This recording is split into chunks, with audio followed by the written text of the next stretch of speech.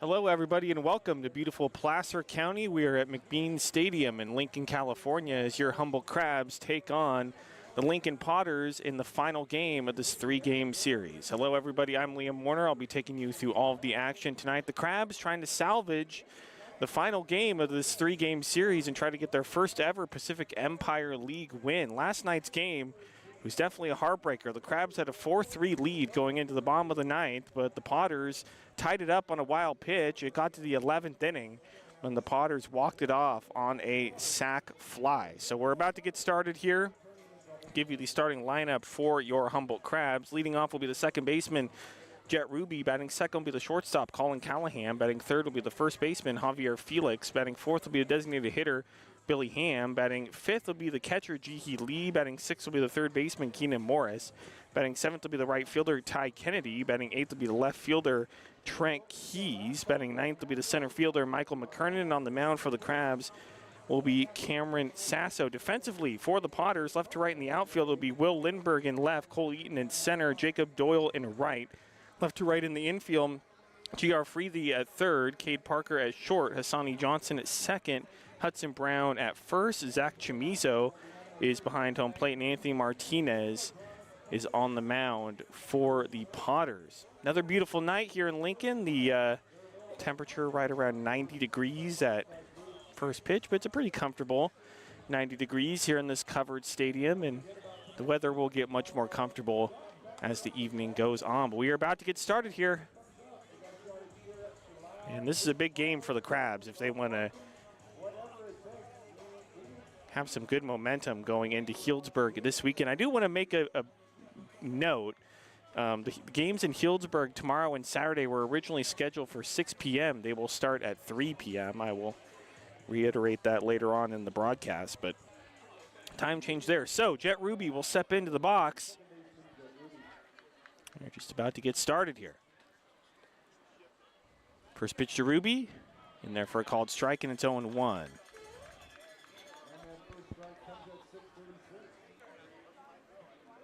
Start just a minute late, 6:36. The one pitch, in there for a called strike, and it's 0-2.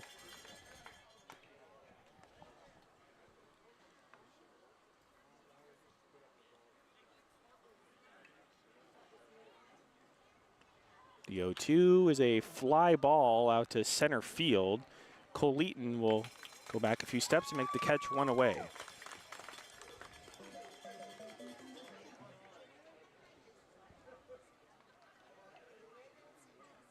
And that's going to bring in Colin Callahan, who's had a pretty good series at the plate so far.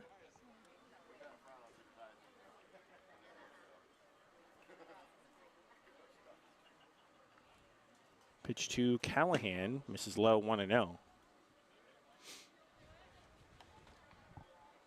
Now, there's a low pitch that's in the dirt. When I say in the dirt, it is not actually dirt around home plate. The 1-0 is a swing and a miss. It's 1-1. It's actually brown-colored artificial turf around home plate, and that is the same for the mound. It is not actual dirt or the brown color around the bases. It's all artificial turf.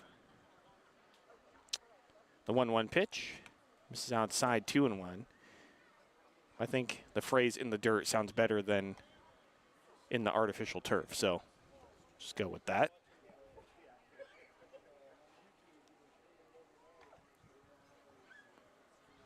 Two one. This is way inside. Kind of brushes Callahan back. It's 3-1.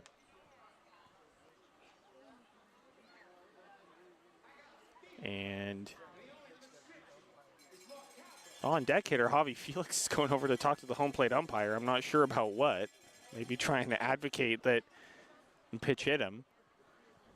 Trying to do solid for his teammate there.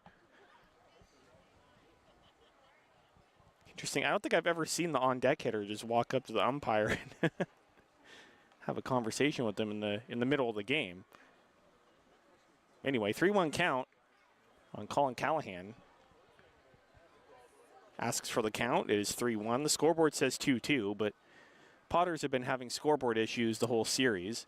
3-1, shot on a hop to the third baseman, and it boots off of his glove, and that's going to be a base hit for Colin Callahan. J.R. Freethy just couldn't handle a pretty hard shot, hit on a hop pretty close to him, but that would have been a tough play.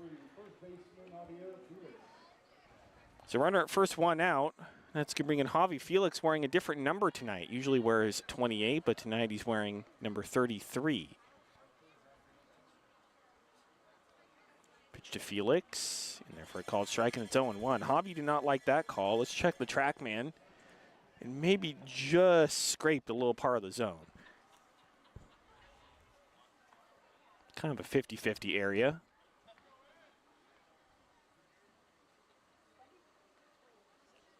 Throw over to first, and Callahan is picked off. I mean, the one theme of this series for the Crabs is that they've made way too many outs on the bases. Whether it's being picked off or caught stealing, it's something that the Crabs coaches are certainly not going to be happy with. So 2 outs and nobody on.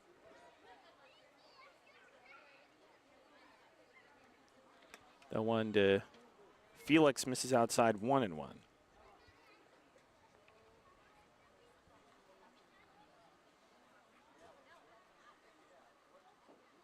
One pitch is popped straight up into the air behind home plate. It will go out of play. It hit the covering just above us here behind home plate. We're coming to a Potters game and hoping to get a foul ball. There's not really much of a chance. As I've said before, good, at least 95% of the seating area is covered, which is a good thing from the hot sun here in the Sacramento Valley. Pitches low and inside, 2-2.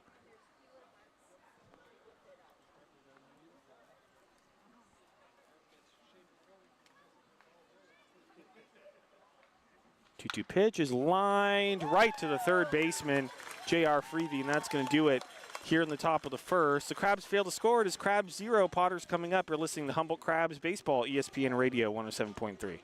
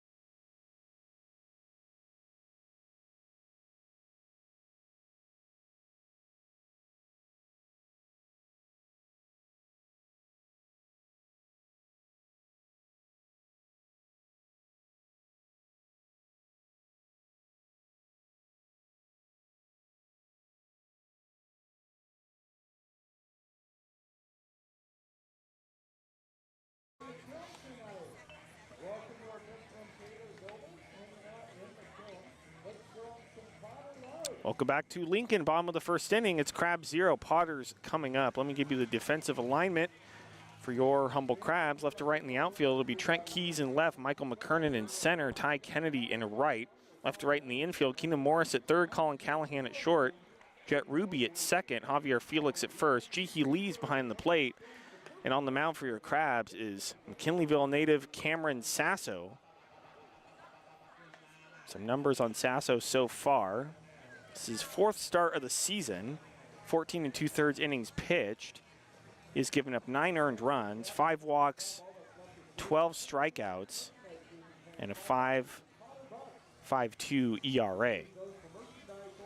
And for the Lincoln Potters, leading off for them will be the second baseman, Asani Johnson. Batting second will be the center fielder, Cole Eaton. Batting third will be the first baseman, Hudson Brown. Batting fourth will be the right fielder, Jacob Doyle. Batting fifth will be a designated hitter, JT Walden. Batting sixth will be the third baseman, J.R. Freethy. Seventh will be the shortstop, Cade Parker. Left fielder, Will Lindbergh, and Zach Chamizo will round it out. Pitch to Johnson is in there for a called strike, and it's 0-1.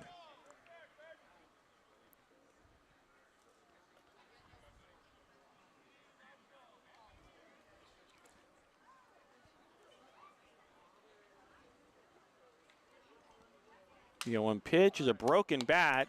Looper into center field for a base hit. Kind of just got past Jet Ruby up the middle. It's a leadoff hit for the Potters. That's going to bring in Cole Eaton.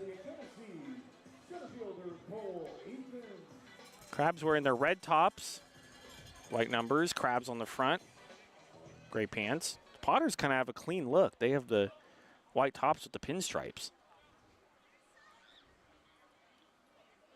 Over to first, and Johnson's back in safely, and white pinstripe pants and the high orange socks. Really, I'm a big fan of the Potters uniforms. They have some nice combos. Pitch is in the dirt, 1-0.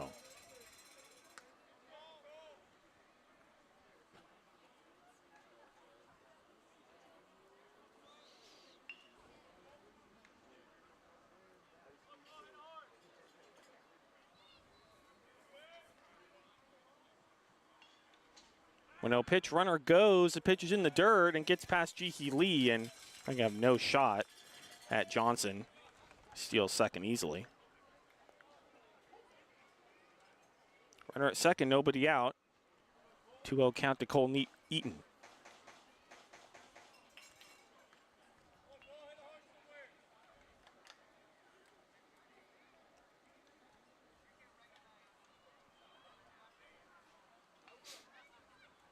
Pitch to Eaton's a swing and a miss, and it's 2-1.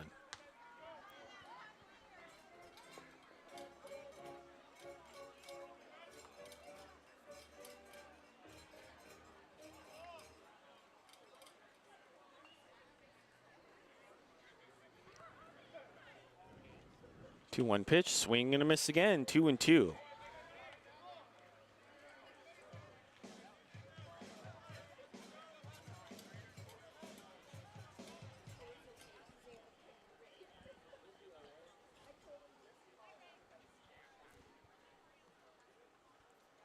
Sasso asking to go through the signs again.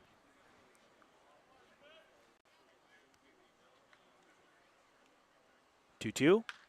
It's a high pop fly down the left field line.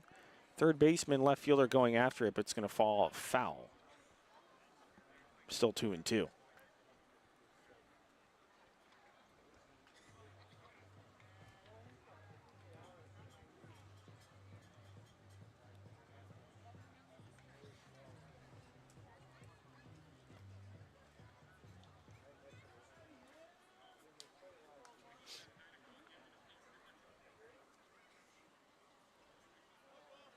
Long look in from Sasso.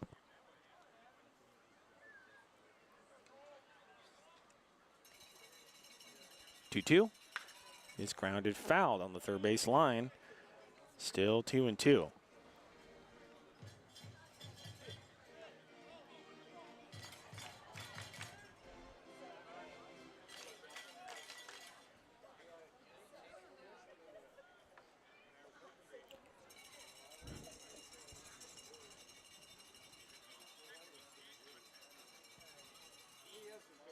Two is a high fly ball to center field. And McKernan is going to come in and make the catch and hold Hassani Johnson at second base, one away.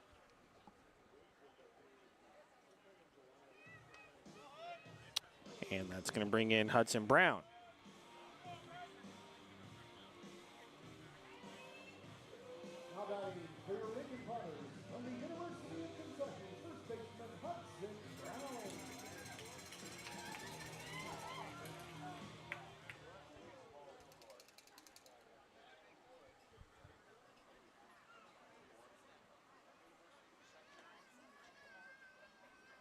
Pitch to Brown, and therefore called strike, and it's 0-1.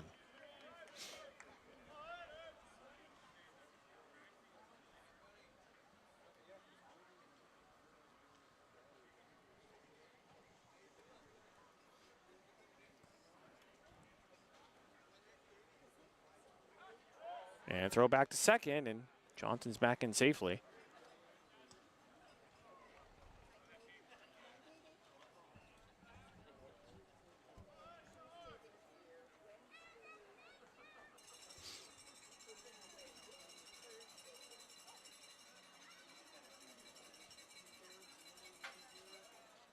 The 0-1 pitch is sprayed foul off to the left. It's 0-2.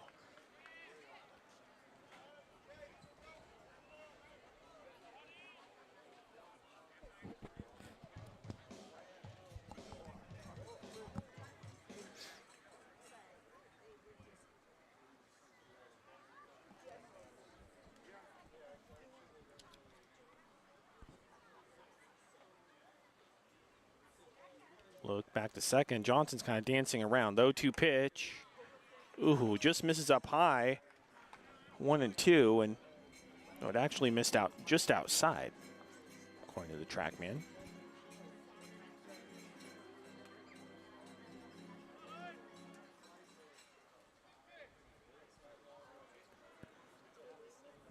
One-two pitch is a high fly ball to left field. The left fielder racing over, and that's going to fall outside the fence, just foul. Trent Keys pursuing that.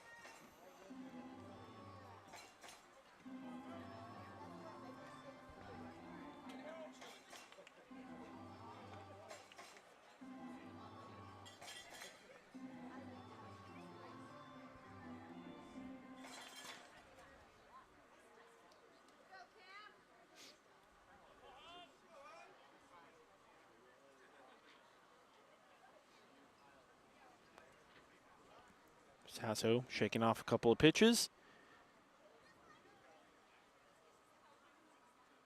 1-2, swing and a miss, strike three, and the runner goes, and Jihee Lee could not find a handle on the baseball, so a strikeout, but Hassani Johnson steals third. So 2 away. That's going to bring in Jacob Doyle. Well, Jacob Doyle, he started Tuesday's game, and then pinch hit. I believe came in as a defensive replacement last night.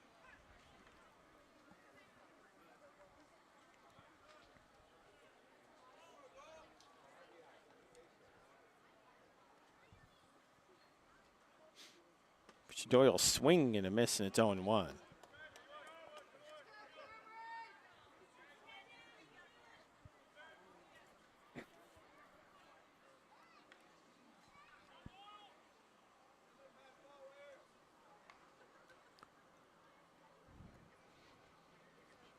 The one is a high drive to left field. Keys going back. He looks up, and that ball is, I guess, foul. I mean, it looked like it was gonna be gone, but I guess it hooked just foul. I kind of lost track of the ball late in its flight, but good thing for the Crabs, it went foul. So 0-2 on Doyle.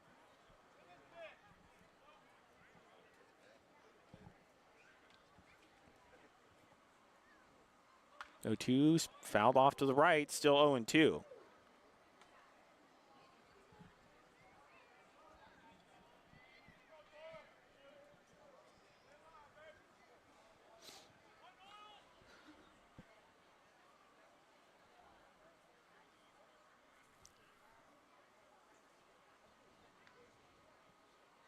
The 0-2 pitch, misses low, 1-2.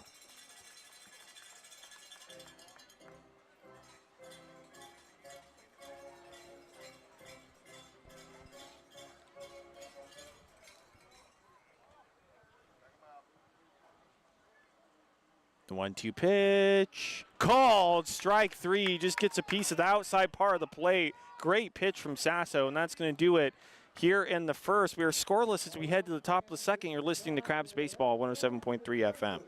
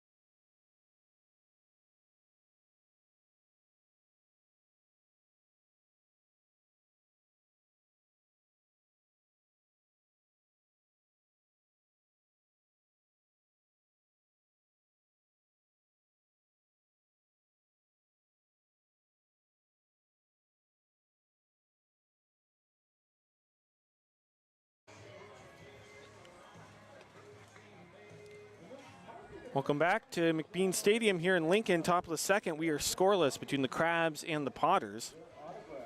Crabs baseball is brought to you by Crestmark Millwork. Crestmark Millwork is a local manufacturer of custom cabinetry and millwork for commercial projects throughout California and Oregon, creating signature elements of extraordinary spaces since 1997. Crestmark's amazing creations can be seen on our website at crestmarkmillwork.com. Due up for the Crabs, it will be Billy Ham, followed by Jihi Lee and Keenan Morris. Against Anthony Martinez, who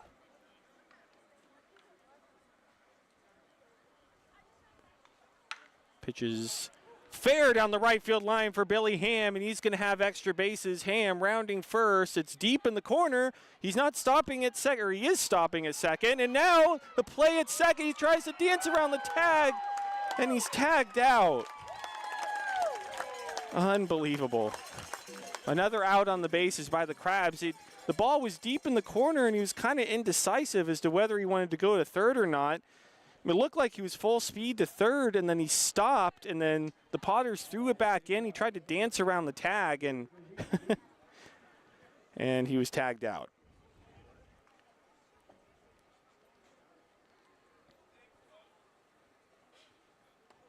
Pitch to Lee's outside, 1-0.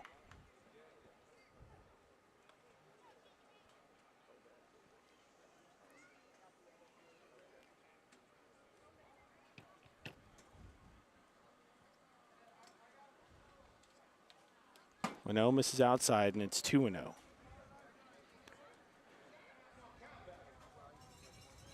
Again, as I said earlier, that's been the issue, one of the issues for the Crabs. They have made way too many outs on the bases in this series.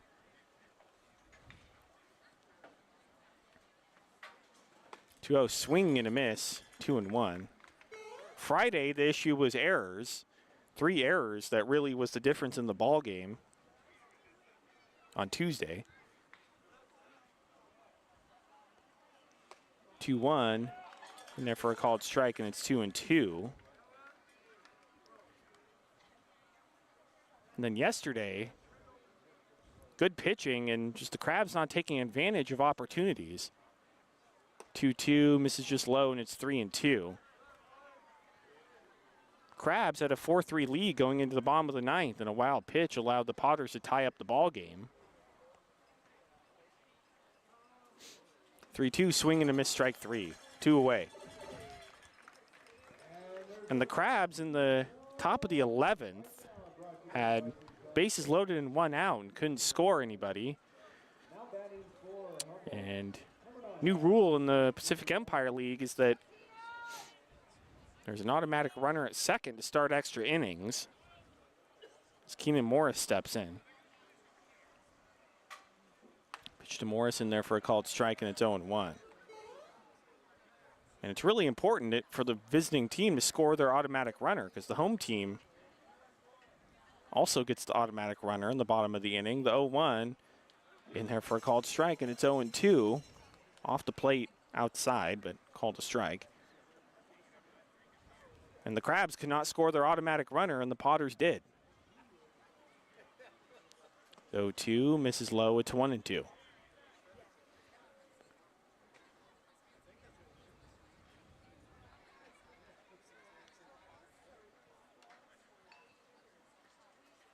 One-two, a fly ball into left field, but it's going to be caught by Will Lindbergh out in left field, and that's going to do it here in the second. Still scoreless as we head to the bottom of the second inning. You're listening to Crabs Baseball, 107.3 FM.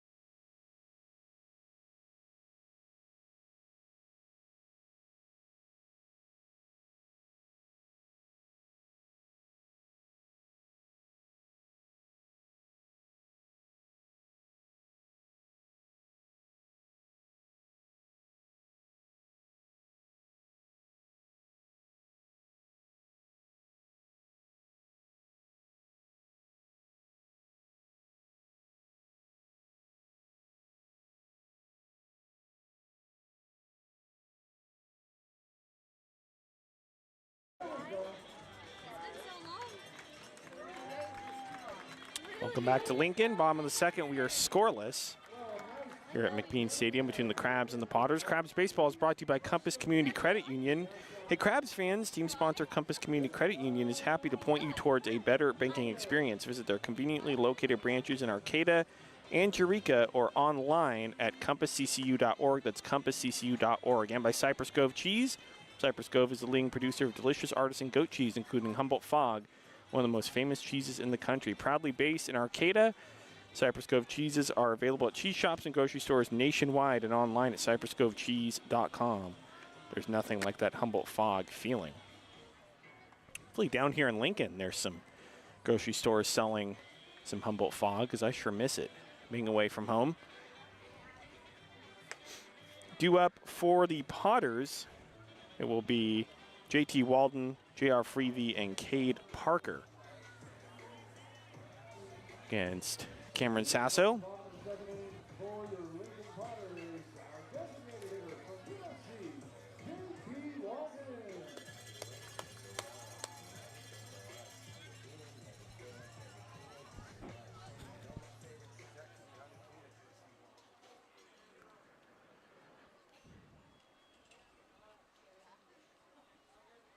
Pitch to Walden is fouled off the plate, and it's 0-1.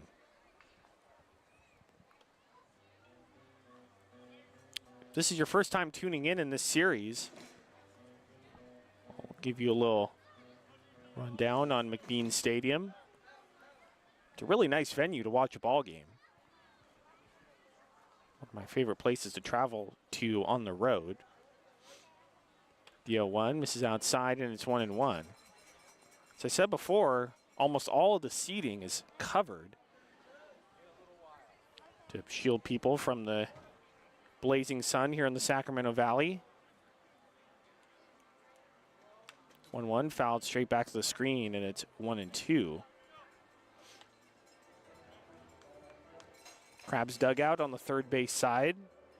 Home dugout on the first base side, the opposite of Arcata Ballpark.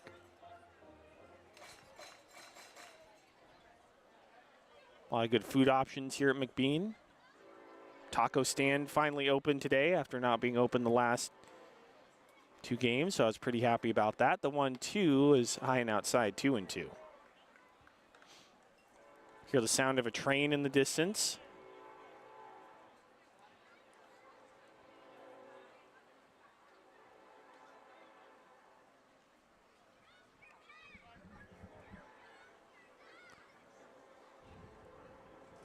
Two is a high pop fly to left field. Trent Keys racing after it towards the line. It'll fall out of play, foul. Still 2-2.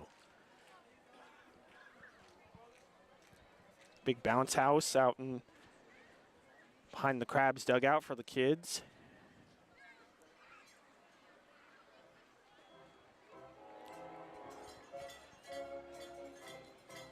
If you're ever in the area, want to see some good baseball, the Potters do a really good job at putting on some good entertainment for the people here. The 2-2 is a high pop fly down the right field line, and the right fielder Kennedy will make the catch. One way, that ball was up in the air for a really long time. So it's 1 out. That's going to bring in J.R. Freevey.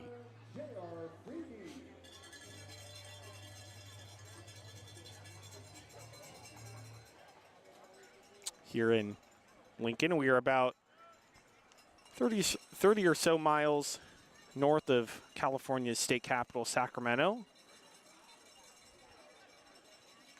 Pitch to Freevey, and therefore called strike 0-1, about 10 miles away from the city of Roseville, where the team hotel is. The 0-1 is a line shot to right field, and Ty Kennedy dives, and did he make the catch? Yes, he did. What a play by Ty Kennedy, laying out and making a really difficult catch. I mean, that ball was sinking on him quick. He just got it. I mean, it looked like right about as he was about to hit the ground. So 2 away, that's going to bring in Cade Parker. Crabs have made some really good defensive plays in this series. Pitch to Parker in there for a called strike, and it's 0-1. I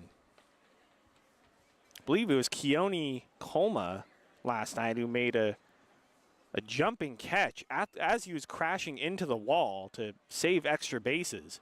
The 0-1 is outside 1-1.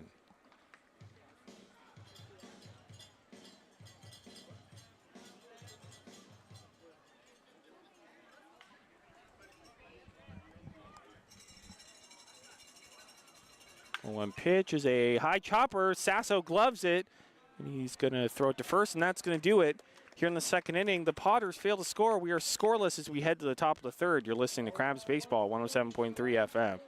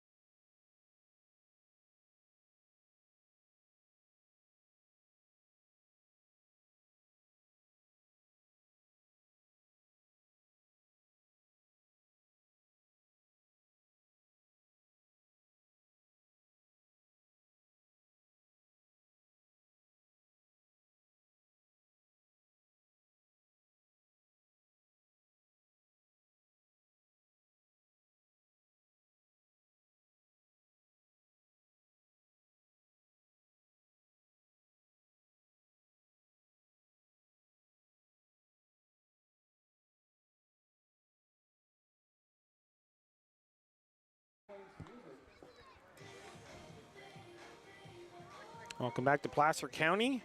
Top of the third inning. We are scoreless between the Crabs and the Potters. It will be Ty Kennedy, who made a great play in right field in the last half inning, followed by Trent Keys and Michael McKernan. And Crabs Baseball is brought to you by North Coast Mercantile, family owned and operated, serving Humboldt County since 1951. North Coast Mercantile brings you a fantastic assortment of domestic, import, and craft beers, as well as wine, spirits, non-alcoholic beverages, and snacks. Check out the North Coast Mercantile's tightest trailer in the right field beer garden in the Arcata Ballpark. 8 taps featuring local microbrews, wine, and cider. So Anthony Martinez out for his third inning of work.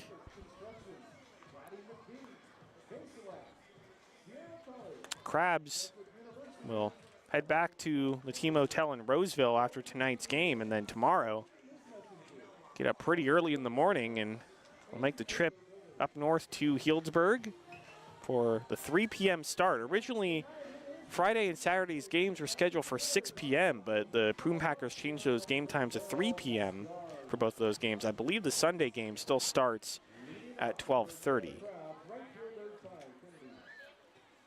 So Kennedy will step in, which is up high 1-0. The Crabgrass Band will be in attendance at Saturday's game. And it's going to be a warm one. I mean, those games are scheduled. So the 1-0 pitch is low and outside 2-0. Those games are scheduled during the hottest part of the day. I think it's only supposed to be 95 tomorrow in Healdsburg. Pitches popped up foul out of play, 2-1. I say that because it could certainly be a lot worse.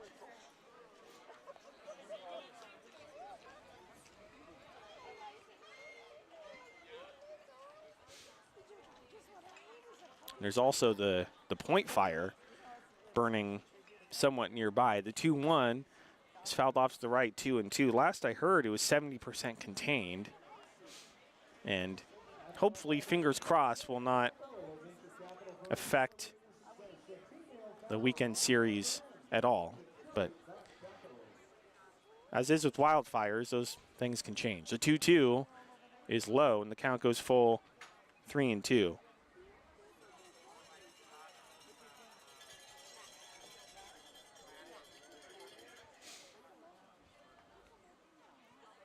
Three, two, inside ball 4. So Kennedy works the leadoff walk. And that's going to bring in Trent Keys.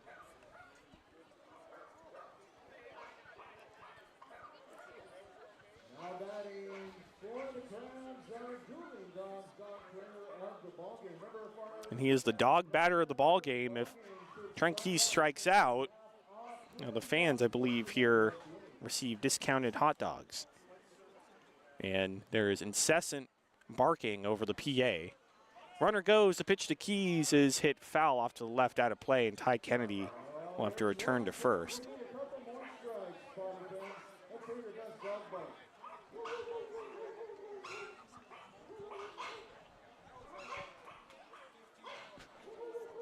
I say I'm not a huge fan of the dog barking over the PA, as I've said before.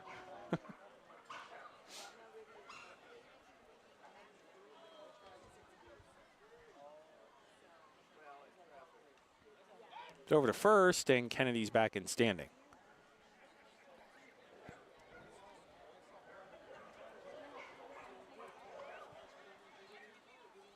Say it's going to be hot in Healdsburg. The good thing about Rec Park is another throw to first, and Kennedy's back in safely. The thing about Rec Park is, I believe, if I remember correctly, last time I was there was in 2019, that most of the seats there are also covered from the sun as well. Wood seating, the 0-1 is inside, 1-1. Kind of all wood bench style seating at Rec Park. I believe it's a pretty historic venue. It's been around for a long time. Runner goes, the 1-1 pitch is off the glove of the catcher, and Kennedy is going to steal second easily. I'm going to call that a pass ball. Looked like catcher Chamizo could have had that one, but I am not the official scorer here. The Potters are the official scorer.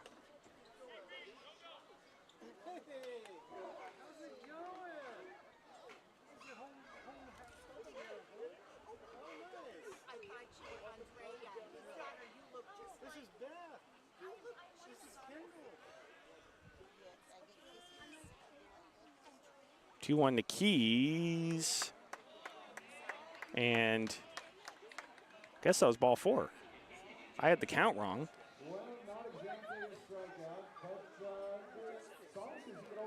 So Keys to first, Kennedy at second.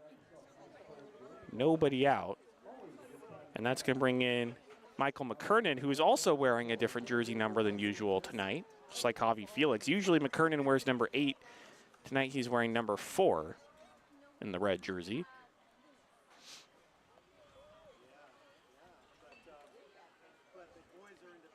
Pitch to McKernan. He shows bunt, pops it straight up, and the catcher realized that late. It was pretty close to him and unable to run it down. It's 0-1.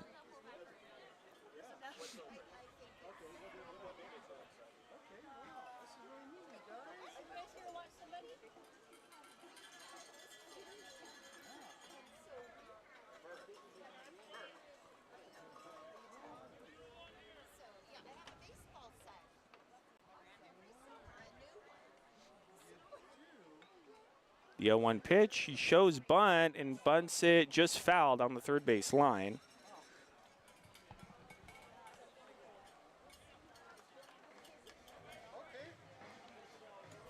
Man, I'm sorry, dude. I guess I go this way, right?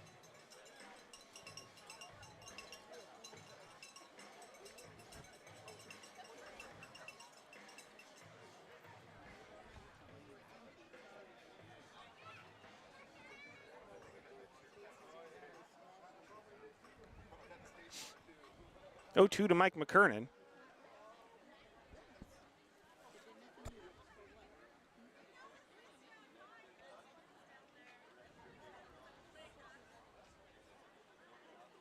The 0-2 is in the dirt, and Kennedy is going to break for third, and he's going to get there easily on the wild pitch. Keys is going to remain at first, so it's first and third. Nobody out, and the Crabs are in a prime position to take the lead.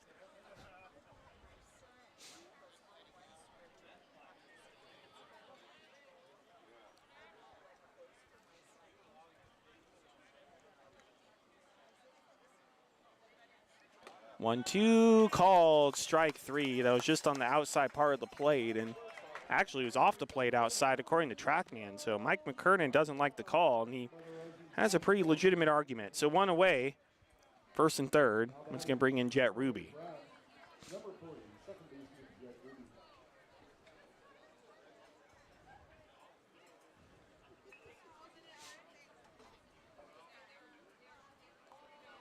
Pitch to Ruby, misses outside, 1-0.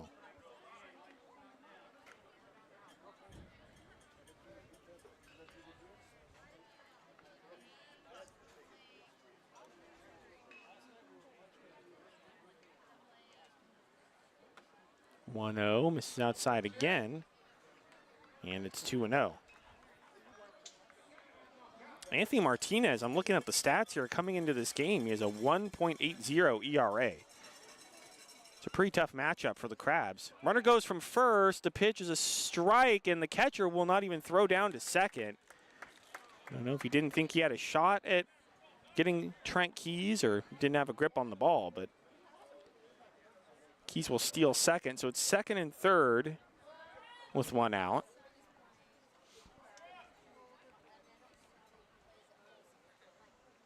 2-1 pitch, low and inside, and it's 3-1.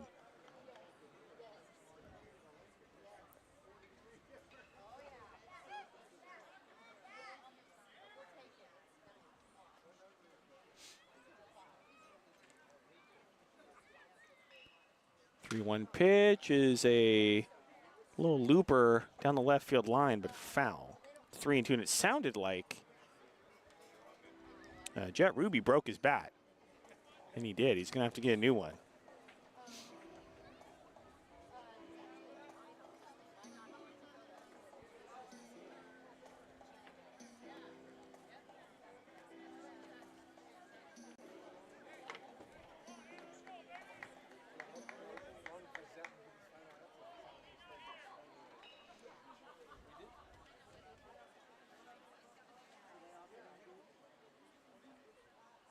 Three-two to Ruby. Is just low ball four, so that's going to load the bases for the Crabs. It's one out. I'll bring in Colin Callahan. Now batting for the Crabs, number 2, shortstop Colin Callahan. Crabs, again, if they're going to salvage a game from this series, they need to take advantage of opportunities like this one. They were unable to do so late in last night's game. Pitch to Callahan is a high pop fly on the left field line. The Potters left fielder racing over will fall foul, 0-1.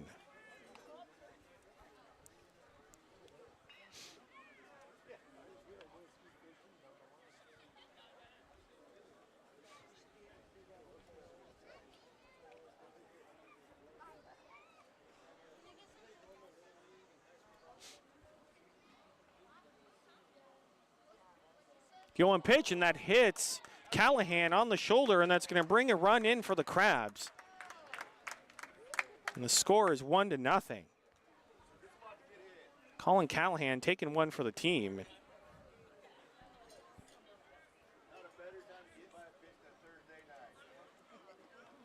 That's going to bring in Javi Felix.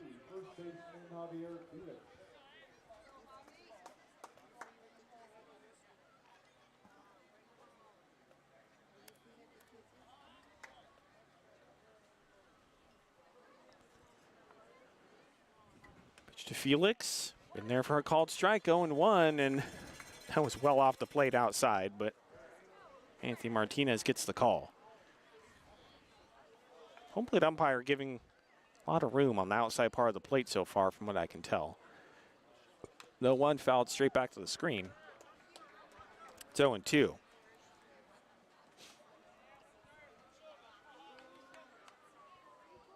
Crabs have a 1-0 lead off of Colin Callahan with an RBI hit by pitch.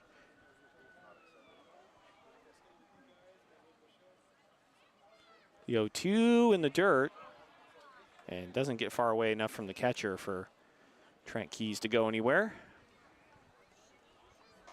1-2, Bases loaded, 1 out. Crabs lead 1-0 here in the top of the 3rd inning.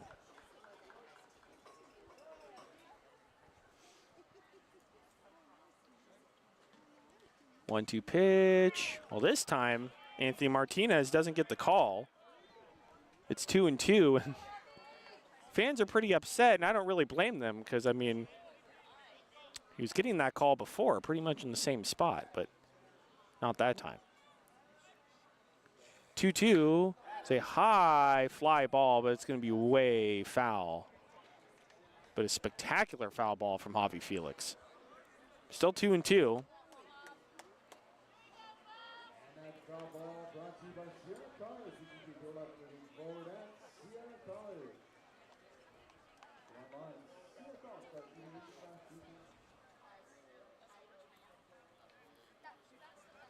Felix steps back into the box. The 2-2 is a lashed right to the 3rd baseman, and he caught it in the air, and Trent Keys didn't realize that, and he is doubled off of 3rd base. So that's a tough break for the Crabs, and that's going to end it here in the top of the 3rd. But they get a run. They lead 1-0 as we head to the bottom of the 3rd inning. You're listening to Humboldt Crabs Baseball, ESPN Radio 107.3.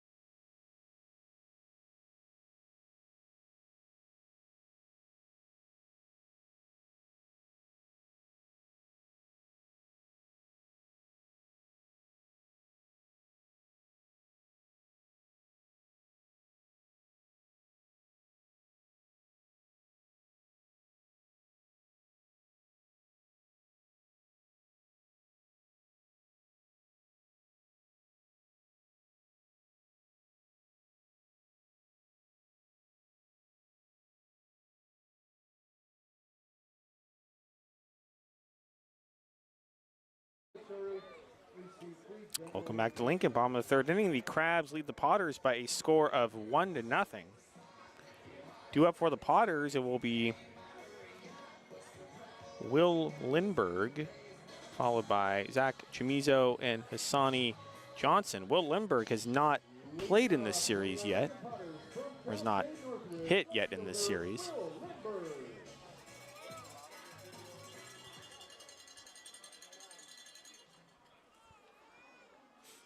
Mr. Lindbergh, and therefore I call it strike, and it's 0-1.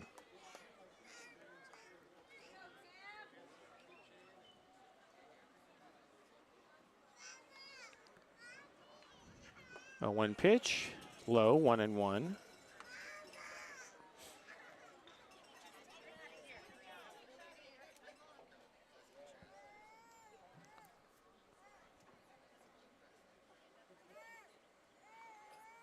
One squirts through the catcher. It's 2-1.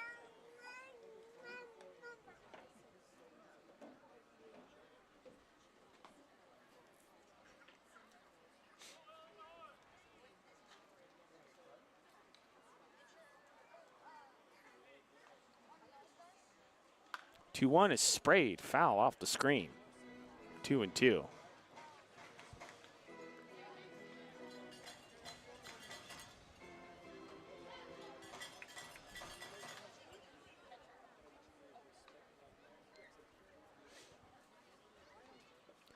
Two pitch swing and a miss, strike 3. 1 away. It's going to bring in Zach Chamizo, whose grandparents are sitting right next to me in the couch.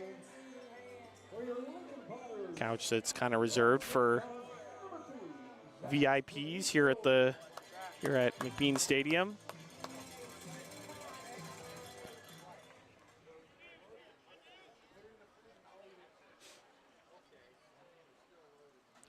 To Chamizo in there for a called strike, and it's 0-1.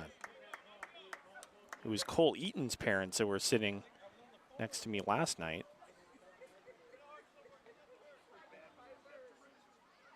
0-1 is fouled off behind home plate. It's 0-2. And Chamizo lost his bat near the backstop. Retrieves it.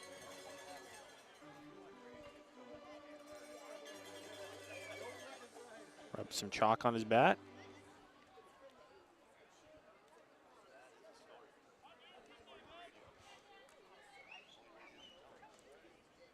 Oh, 2 misses outside. And it's 1-2.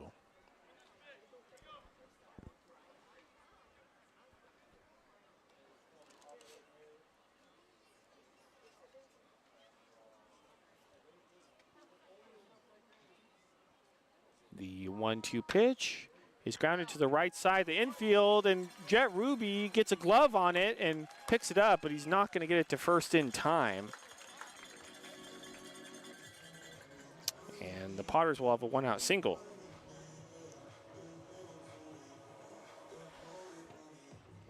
Bring in the top of the order, and Hassani Johnson.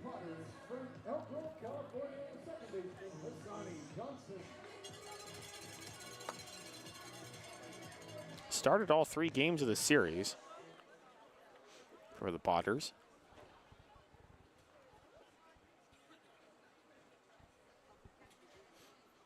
Pitch to Johnson, misses low, 1-0.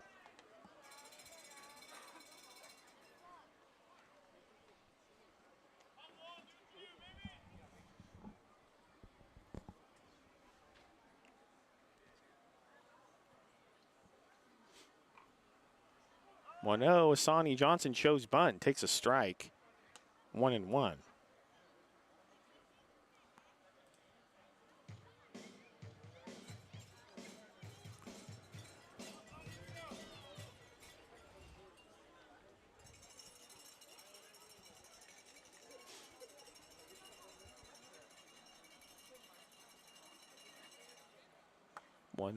Misses just outside, 2-1.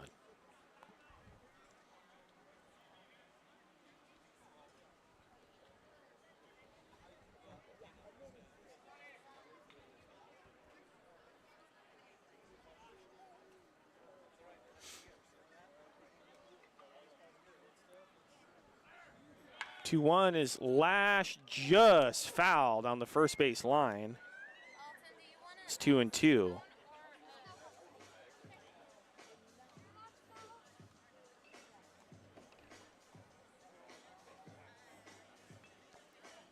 And that was pretty close.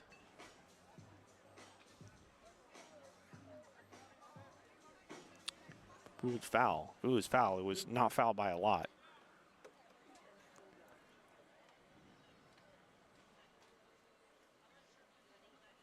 Time is called by Johnson.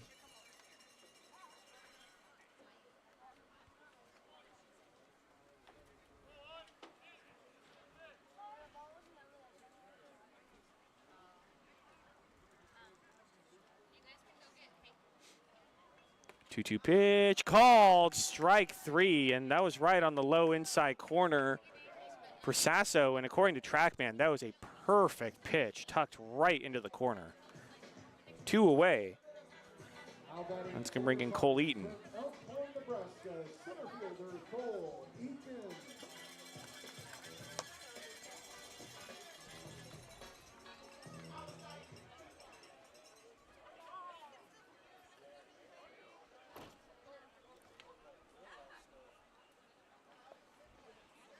And throw to first. Chamizo back in safely.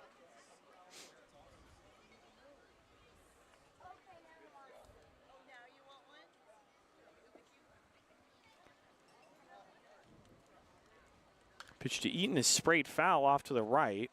It's 0-1. That foul ball brought to you by Trey's Moving Company. Be sure to get Trey's a call for all your moving needs.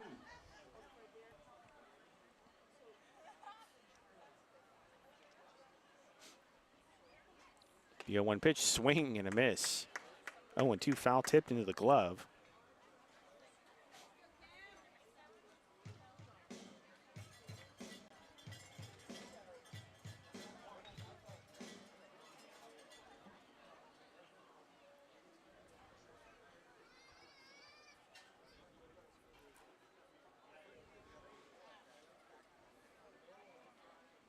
The 0-2 swing and a miss, strike three. A nasty pitch from Sasso, and the ball kind of gets away from Ji-hee Lee, but first base is occupied, so the out was made already. A pitch, though, is kind of diving low and inside on the right-handed hitter. Great pitch from Sasso. That's going to do it here in the third. Crabs lead it 1-0 as we head to the fourth. You're listening to Crabs Baseball, ESPN Radio 107.3.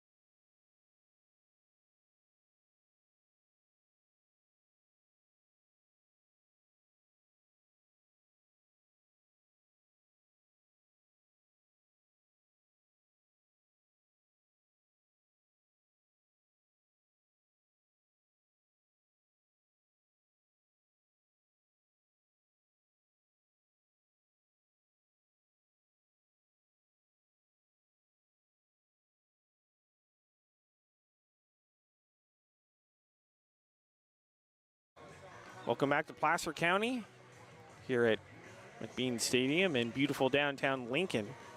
The Crabs lead the Potters by a score of 1-0. Due up for the Crabs will be Billy Ham, Ji-hee Lee, and Keenan Morris.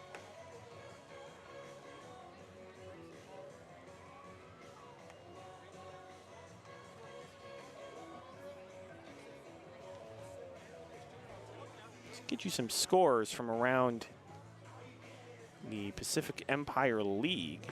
Man, there's only one other game going on, and it's final. The Healdsburg Prune Packers beat the Medford Rogues by a score of 11-6 at Rec Park in Healdsburg. Medford Rogues will be coming here. I assume they're probably on the road now, headed to Lincoln. And the Crabs will, of course, tomorrow be heading up north to Healdsburg. Billy Ham will step in. Pitch to Ham, low and inside, 1-0. Another reminder, the games tomorrow and Saturday were originally scheduled for 6 p.m., but they have been moved up to 3 p.m. for both Friday and Saturday. The 1-0 is low, and it's 2-0. And to my knowledge, the game time for Sunday is still 12:30 in Healdsburg. 2-0 is a swing and a miss, 2-1, but it's going to be warm.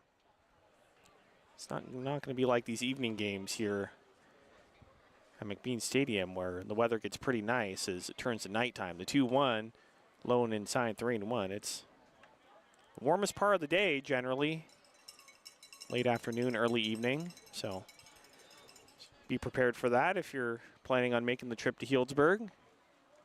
3-1 is just low, ball four. So leadoff walk for the Crabs. That's going to bring in Ji-hee Lee.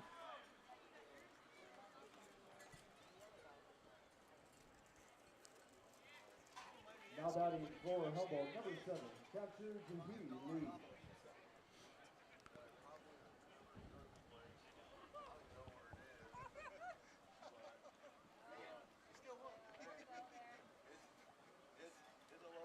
Pitch to Lee is popped up left side of the infield.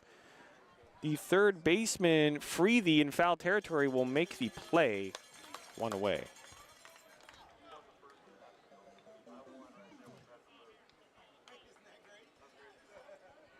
Runner at first with one out. That's going to bring in Keenan Morris.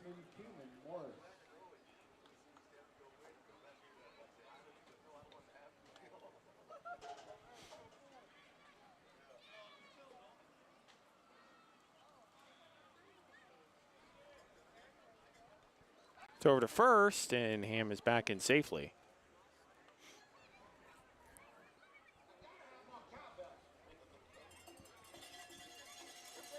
Billy Ham's already been thrown out on the bases tonight, trying to stretch a double into a triple. Pitch to Morris is in the dirt, corralled nicely by the catcher Chimizo to hold Billy Ham at first. 1-0 count.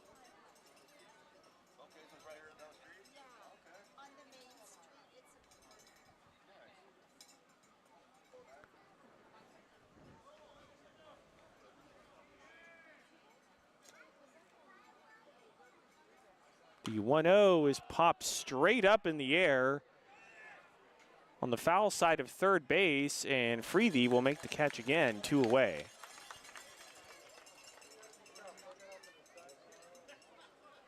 In our first 2 outs, we can bring in Ty Kennedy.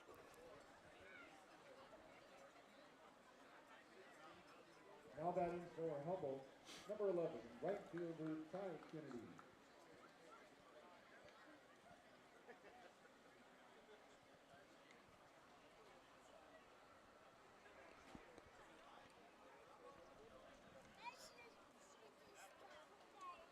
Pitch to Kennedy, misses outside, 1-0.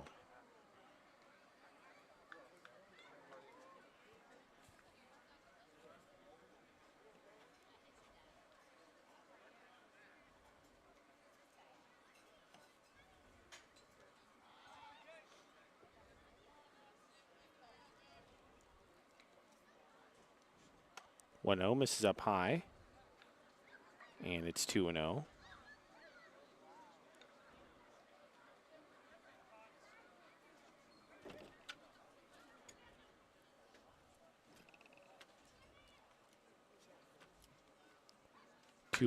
Is a line shot out to left field, and the Potters left fielder will reach up, and it's over his glove. Billy Ham, he is going to slide into third. And a very hard hit double for Ty Kennedy. And second and third with 2 outs. Looked like the left fielder, Will Lindbergh, kind of misread it and hit a bit harder than he initially thought and stuck his glove out and just went right over it. So an RBI opportunity for Trent Keys.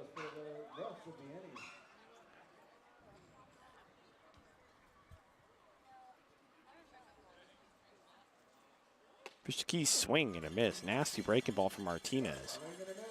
0-1.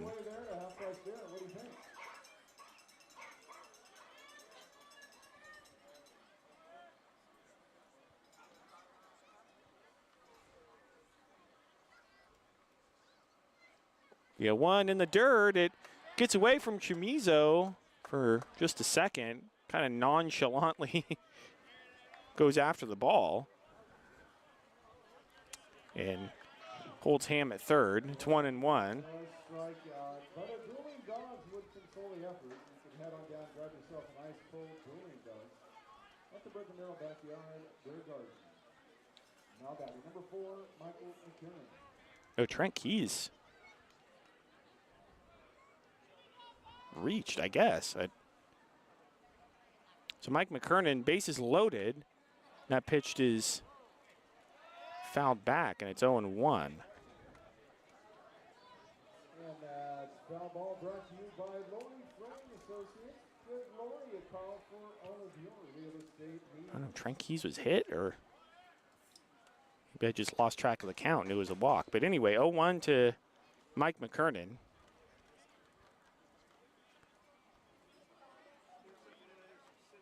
The 1 is grounded to the third baseman. Freethy. He's going to step on the bag at third, and that's going to do it here in the 4th. The Crabs leave the bases loaded but fail to score. They lead 1-0 as we head to the bottom of the 4th.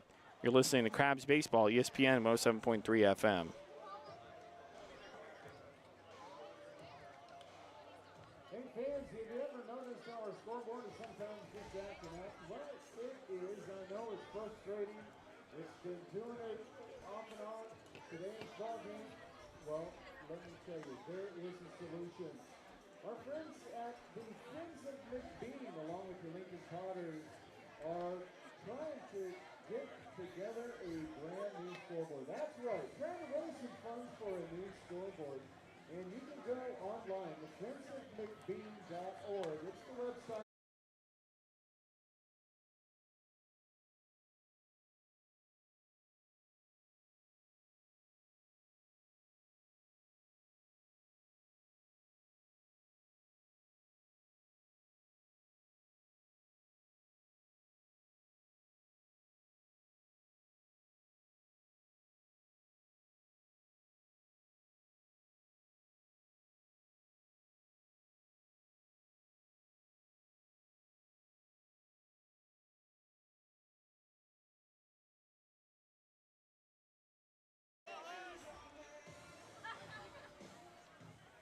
Welcome back to McBean Stadium, bottom of the 4th inning.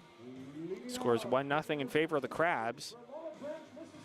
Due up for the Potters, it will be Hudson Brown, Jacob Doyle, and JT Walden. Pitch to Brown is in there for a called strike, and it's 0-1.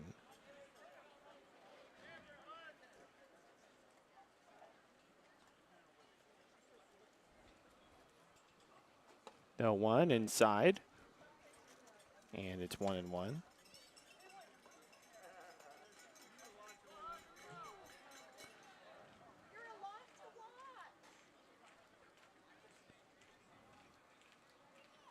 On one pitch is grounded to the right side of the infield. Jet Ruby sticks his glove out, but it's going to go past him into right field for a base hit. It's a leadoff single for the Potters. And that's going to bring in Jacob Doyle.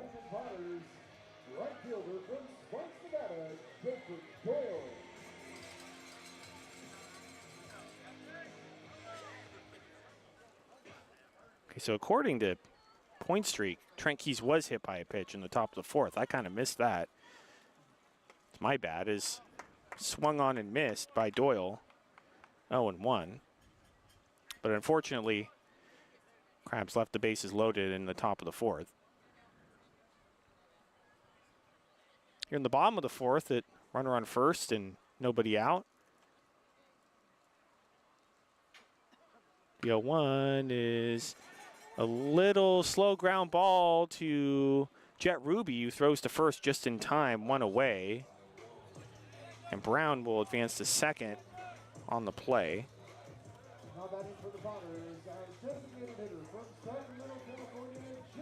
Runner at second, 1 out. That's going to bring in JT Walden.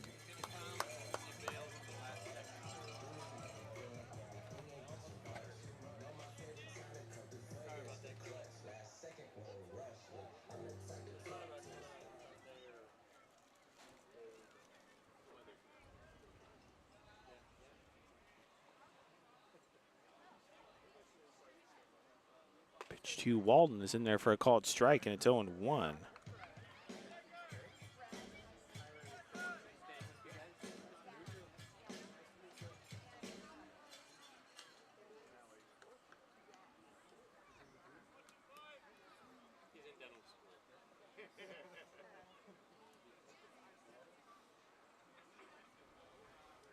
The 0-1 pitch way inside, and that almost hit Walden. And I'm not sure how he got out of the way of that one, but he somehow did. It's 1-1.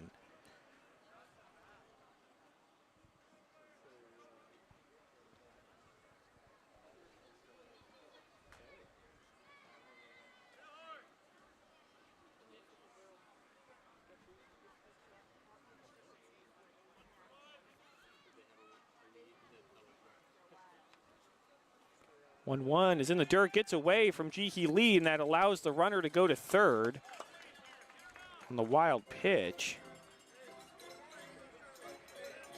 Runner at third with 1 out for the Potters.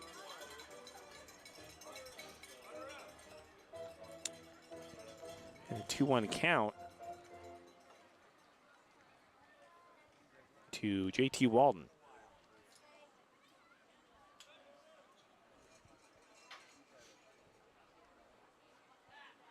2-1 is sprayed foul off to the left. It's 2-2.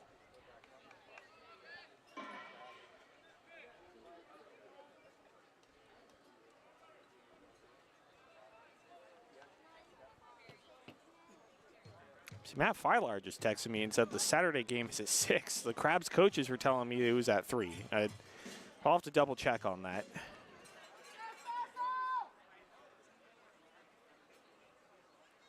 2-2 swing and a miss, strike 3 in the dirt. Ji-hee Lee will pick it up and throw down to first just in time.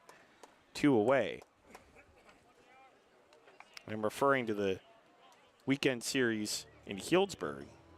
Originally scheduled at 6 for both Friday and Saturday's games, and pretty sure Friday's game is at 3 p.m. Saturday, I heard 3 p.m. also for Saturday, but Matt Filar says the online schedule still says 6, so double check on that. J.R. Freethy will step in, pitches outside 1-0.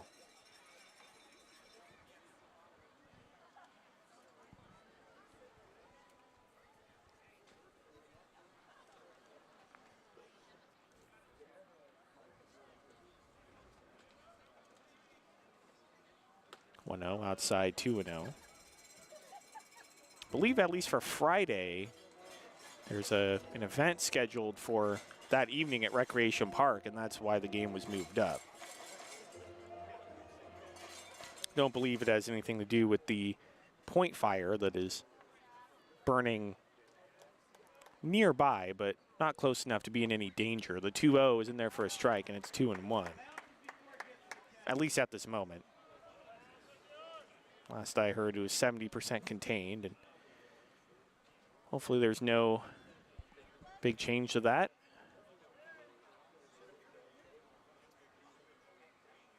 2-1 is in the dirt. Nice job by G. Healy to corral the baseball. It's 3-1.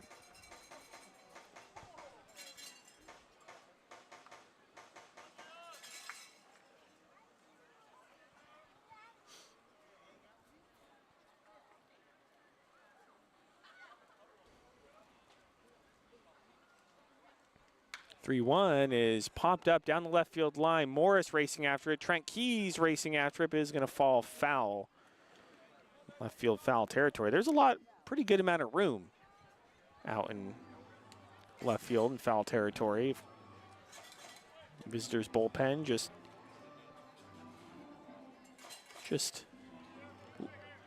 like kind of right next to the Crabs dugout. Maybe a little ways down from it.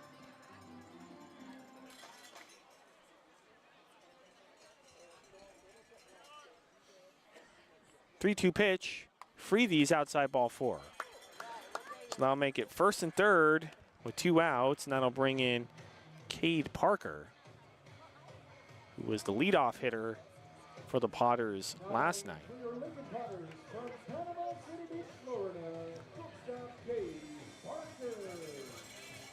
Another close game so far. The game last night was close the entire way. It went 11 innings. Fortunately for Crabs fans, the Potters walked it off on a sac fly. In the 11th, pitch is fouled off to the left. It's 0-1.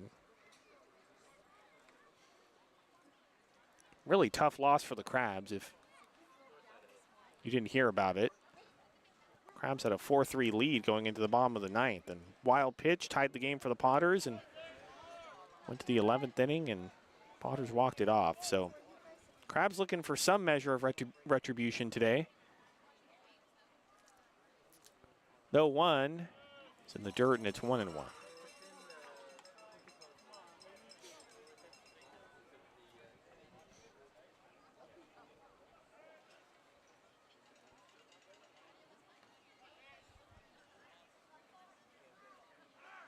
One swung on and fouled back as the runner was going. J.R. Freethy, but he's going to have to return to first.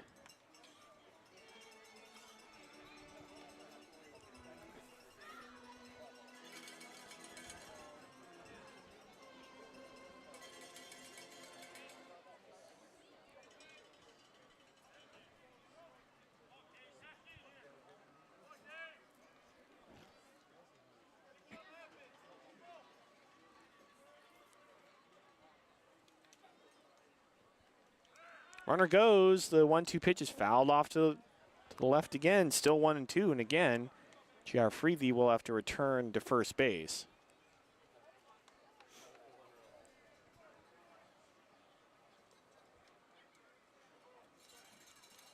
I think with 2 outs, Cameron Sasso is much more concerned with the hitter than the base runner at first.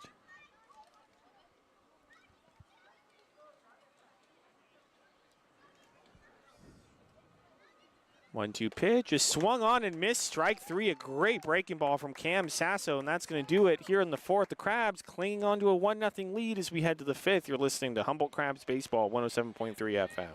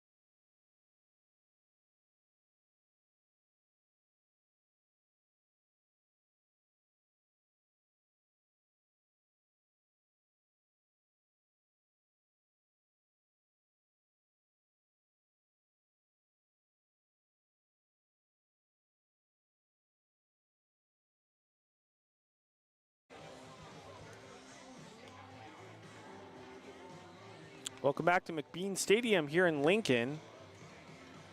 Top of the 5th inning. The Crabs lead the Potters by a score of 1-0. Anthony Martinez out for his 5th inning of work. And he will face top of the order in Jet Ruby, Colin Callahan, and Javi Felix. Here on a nice summer night here in Lincoln. Temperature cooling down a bit, very comfortable.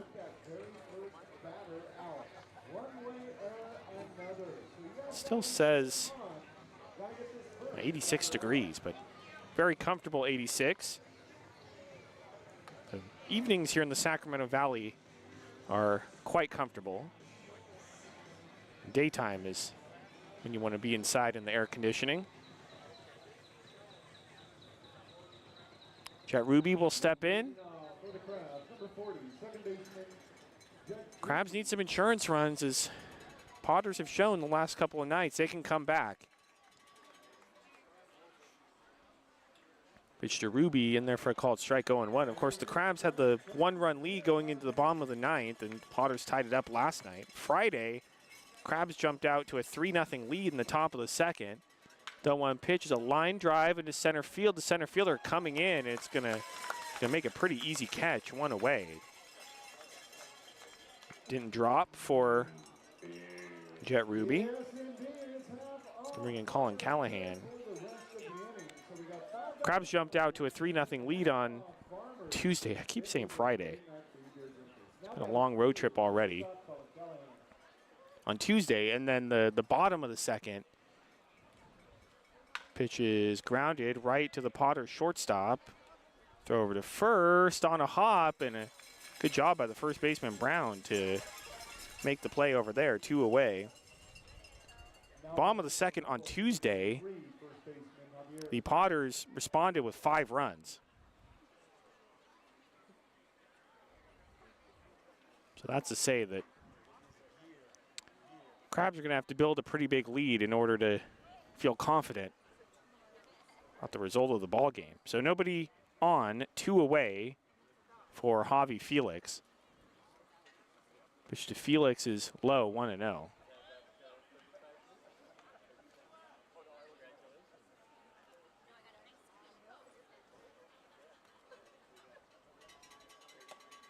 One is outside, 2-0.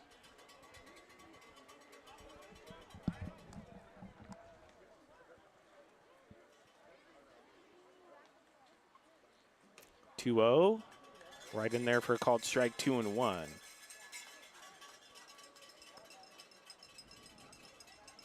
Bit smoky here in Lincoln.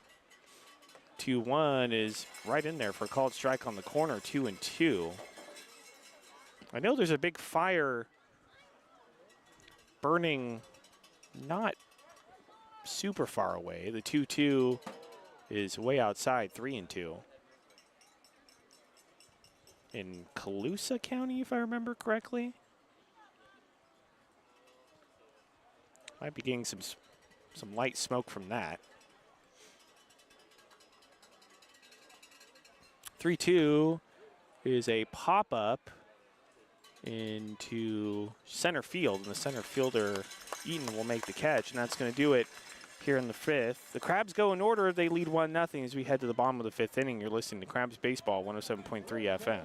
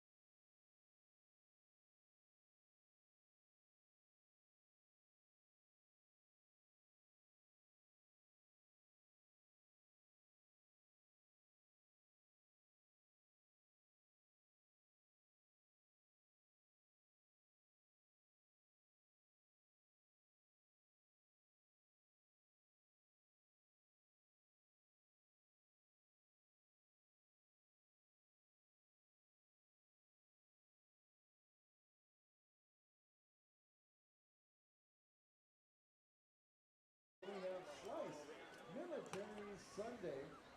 And it will be Welcome back to McBean Stadium here in Lincoln. Bottom of the 5th inning. The Crabs lead the Potters by a score of 1-0. Another low-scoring, tight ball game. As Piper, the Potters mascot, makes their way across your screen if you're watching on YouTube. Hopefully, Piper can make the trip up to Arcata. I think next weekend is when the Potters will come up to Arcata Ballpark. Pitch is swung on and missed by Will Lindberg. It's 0-1. Cameron Sasso out for his 5th inning of work. Lindberg will be followed by Zach Chamizo and Hassani Johnson.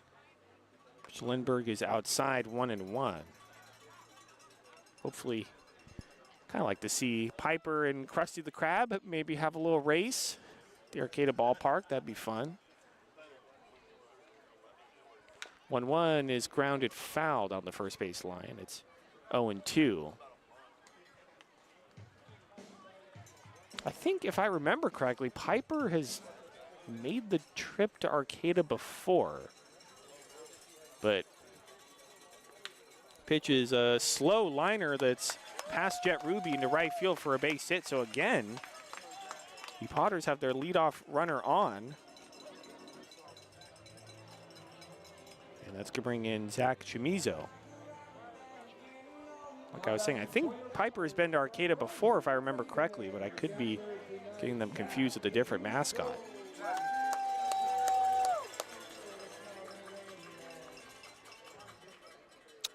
So Zach Chamizo will step in. Which to Chamizo is a line drive on a hop to Jet Ruby. Throws to second for 1. On to first. In time, double play.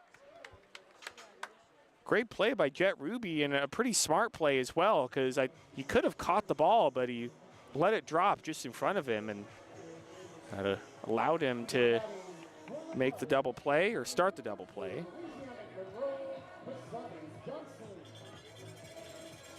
So 2 outs, nobody on. That's going to bring in Hassani Johnson.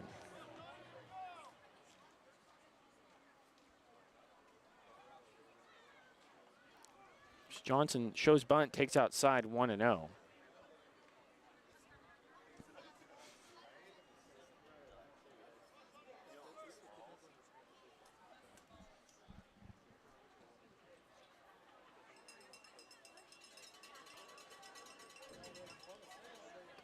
No pitch in there for a called strike, and it's 1-1.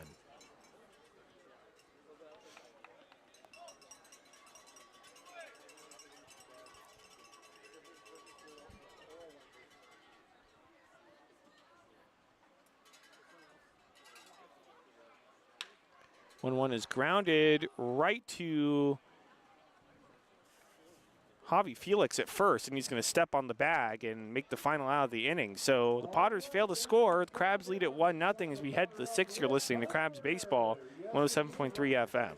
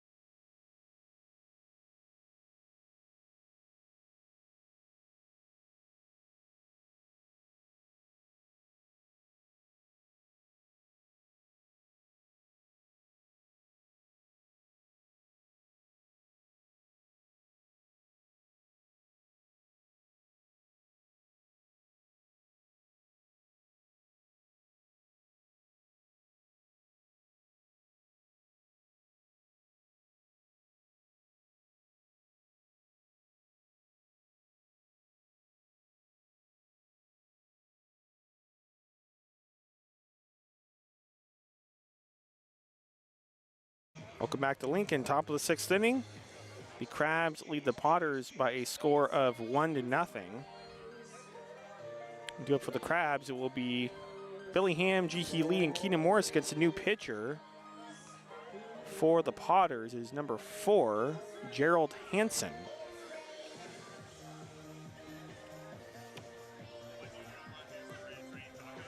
I don't know who's going to be the big winner. Piper, what do you think? Who's going to be on I'm looking at the online schedule for the Healdsburg Prune Packers. So according to their online schedule, the Friday game is at 3 and the Saturday game is at 6. So we're going to go off of that for now. Sunday at 12:30. So to reiterate, tomorrow's game is at 3 p.m. in Healdsburg, and then Saturday's game is at 6 p.m. And then Sunday, 12:30, Crabs at Recreation Park against the Prune Packers. So Billy Ham will step in. Lefty on lefty matchup. Pitch to Ham is in there for a called strike, and it's 0-1.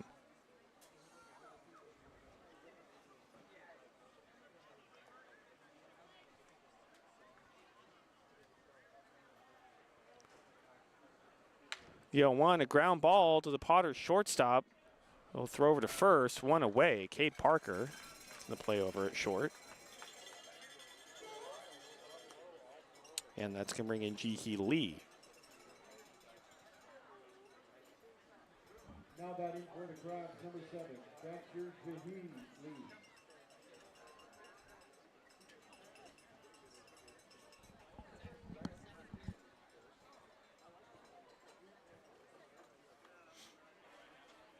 Pitch to Lee inside, ducks out of the way of that. 1-0.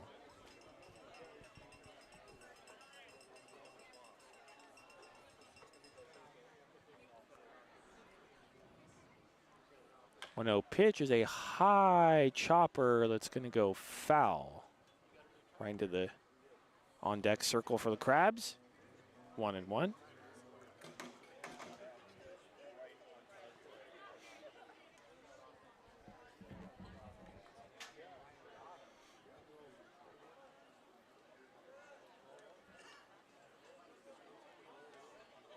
One pitch misses outside, and it's 2-1.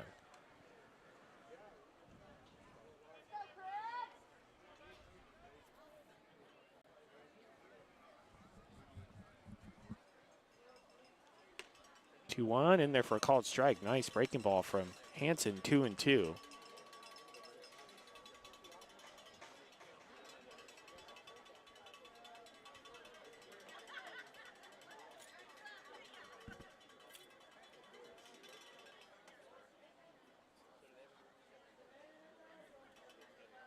Two misses outside. Count goes full 3-2.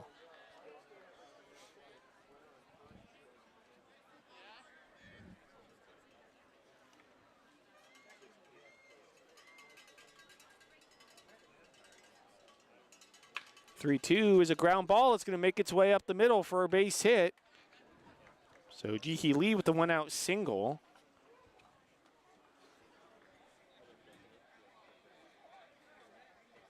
And that's going to bring in Keenan Morris. Now batting for the Crabs, third baseman Keenan Morris.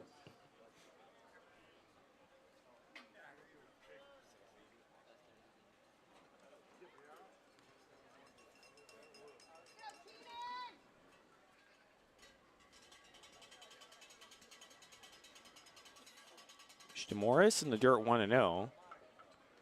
Not as big of a crowd tonight as last couple of nights.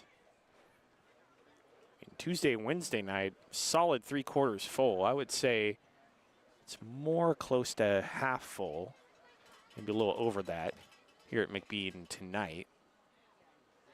The 1-0 is in the dirt again, 2-0. Some Crabs fans here as always. Family members of players. Bryce Gummersall, Crabs board member, is down there sitting right next to the Crabs dugout.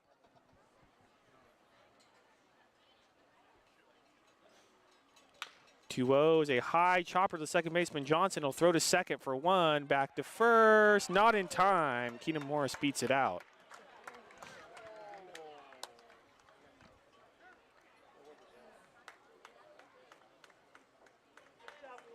Runner at first, 2 outs.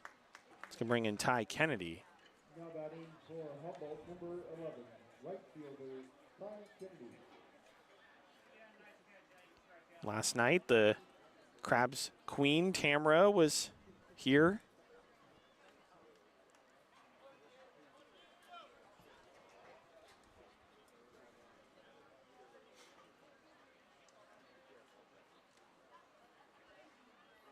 Pitch to Kennedy is low 1-0.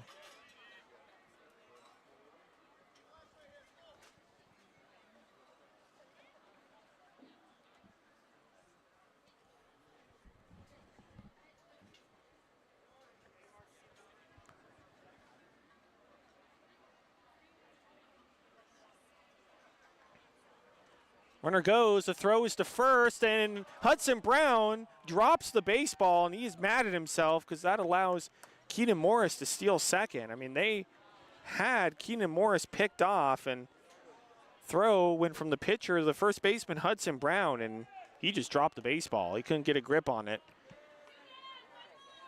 It's runner at second with 2 outs, 1-0 count to Ty Kennedy.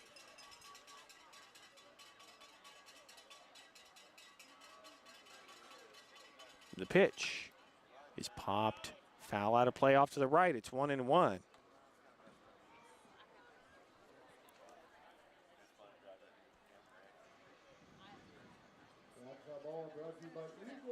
Crabs want to feel good about winning this game. They're really going to need to capitalize runners in scoring position, because I'll tell you, a 1-0 lead just, I don't think is going to be enough against the Potters. The 1-1 is sprayed foul off to the right. It's 1-2. Although Cameron Sasso has been pitching really well. But this Potters team has come back either early in the game or late in the game last 2 nights. So Crabs need to add on.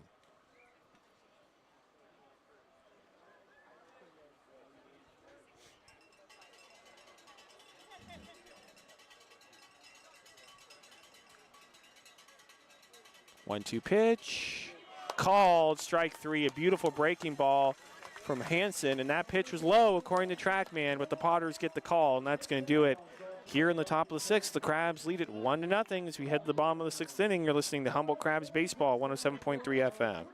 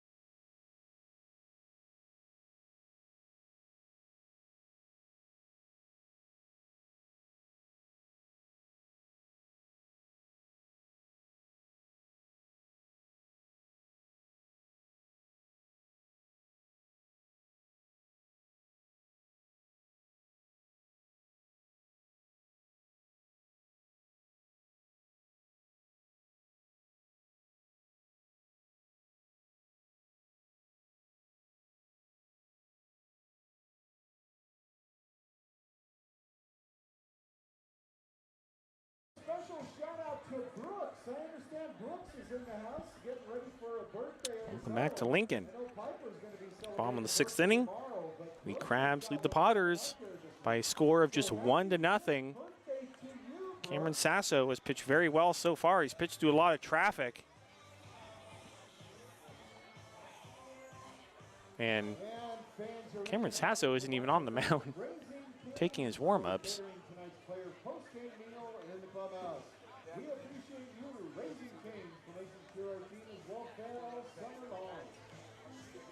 All right, let's take you around some scores from around Major League Baseball.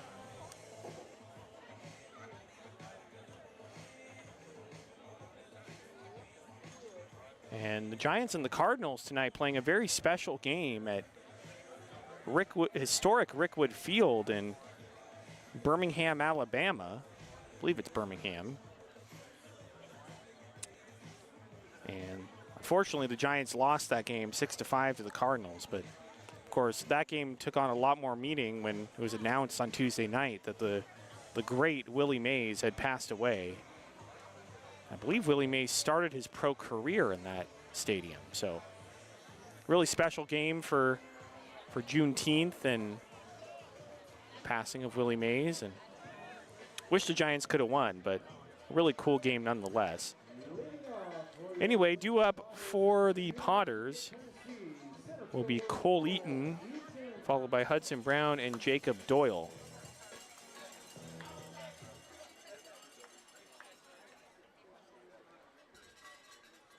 Pitch to Eaton is a swing and a miss, and it's 0-1. Sasso here to start the 6th. One pitch into the 6th. He's only thrown 76 pitches. That is pretty good for being in the 6th inning. And all the traffic that he's faced. The 0-1 is a swing and a miss again, 0-2.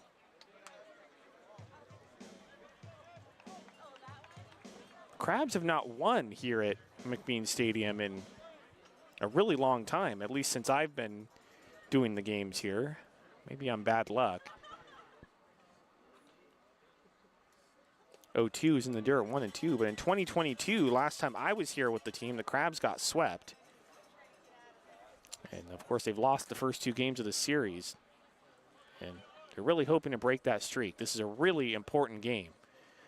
3rd game in the Crabs' history in the PEL as that pitch is fouled off towards the Crabs' dugout. It's 1-2. Crabs really looking to get their first league win. And of course, these games take on much heightened importance as opposed to the non-league games that have already been played at the Arcata Ballpark. Top 2 teams in the league will go to the PEL Championship Series. The 1-2 is popped straight up behind the plate. Ji-Hee Lee has his mask off, looking for it, and he makes the catch. 1 away. Top 2 teams will go to the PEL Championship Series at the end of July. And I believe the way it works is that the team with the best record will host. So the Crabs are the best team in the league. By that time, they will host that series. If they finish in 2nd place, they will be traveling to whoever has the best record. But a long way to go in the league season. Brown will step in, and it's a little looper off the hands in the left field. Trent Keys broke in, then had to go back and made a nice sliding catch. 2 away.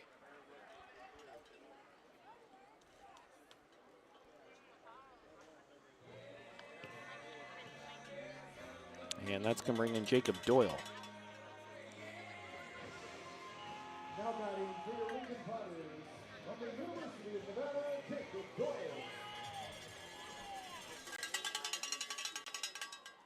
Pitch to Doyle, and there for a called strike, and it's 0-1.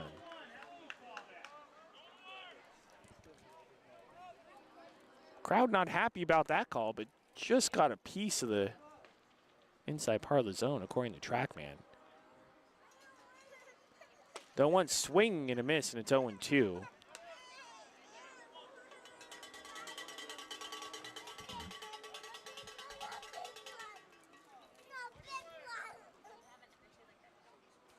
Go to pitch in the dirt, and it's 1-2.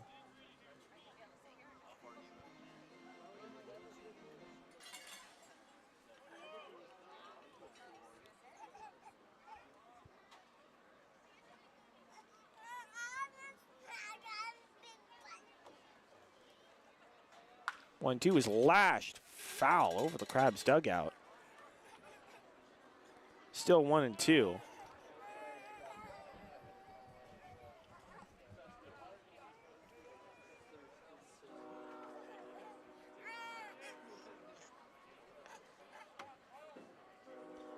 One-two pitch, misses inside, and it's 2-2.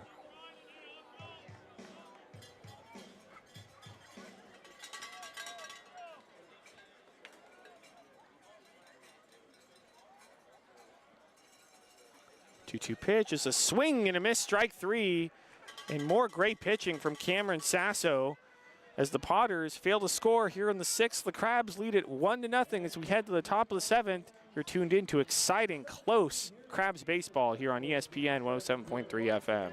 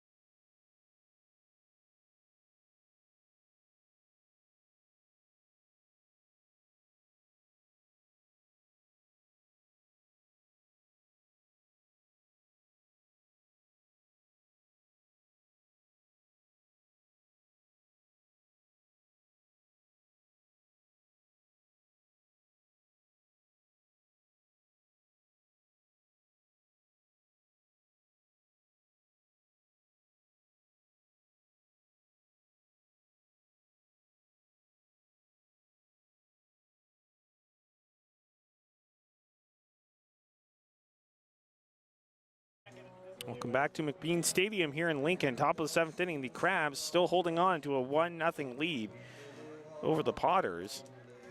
Due up for the Crabs, it will be Trent Keys, followed by Michael McKernan and Jet Ruby. And a new pitcher on the mound for the Potters. It is number 12, Evan Oden.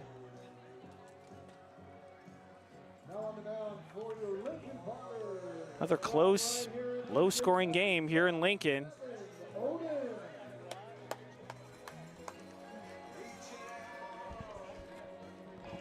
Not been easy games for the Crabs faithful to watch, whether the Crabs have been trailing or leading. Some more MLB scores.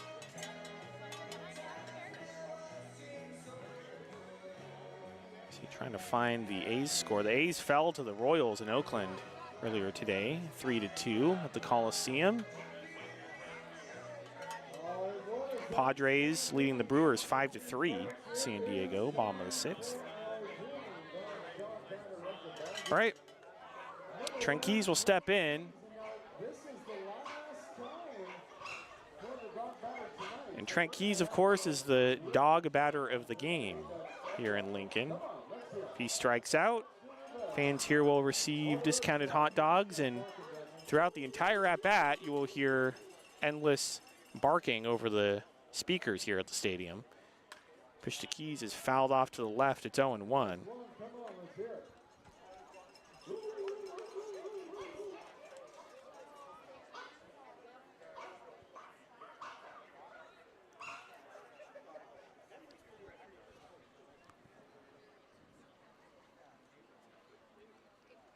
Yeah, one pitch in the dirt, 1-1.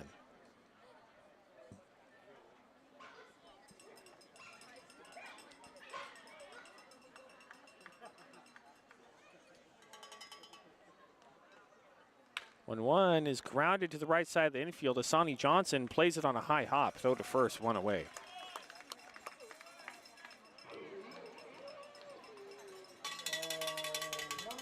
And that's going to bring in Mike McKernan.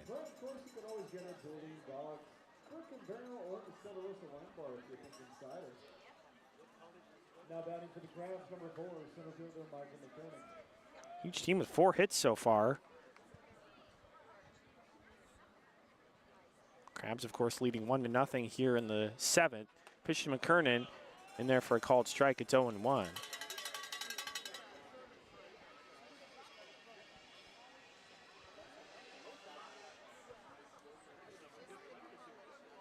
One is lashed on a couple of hops to the Potters' third baseman, and a high throw, and I guess he got the tag down in time on McKernan. 2 away. Looked pretty close over there, and Robin Guyver is going to go out to, I think, make his point to the first base umpire, because I don't know, it looked pretty safe to me. The throw was high, and the first baseman Hudson Brown, apparently, according to the umpire, got the tag down on Mike McKernan in time. But Robin Guyver doesn't have too much of an argument. Kind of more of a "are you sure" type of thing. So nobody on, 2 outs. It's going to bring in Jet Ruby. Pitch to Ruby, and for a called strike, and it's 0-1.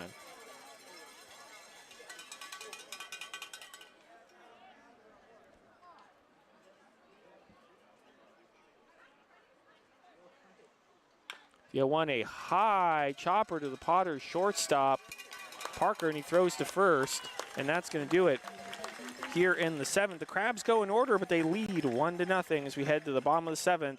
You're listening to Crabs Baseball, 107.3 FM.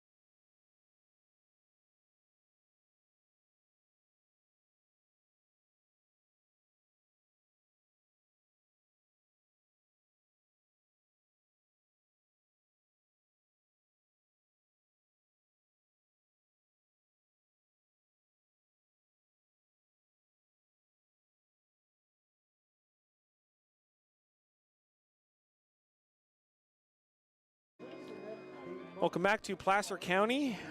We're at McBean Stadium in Lincoln.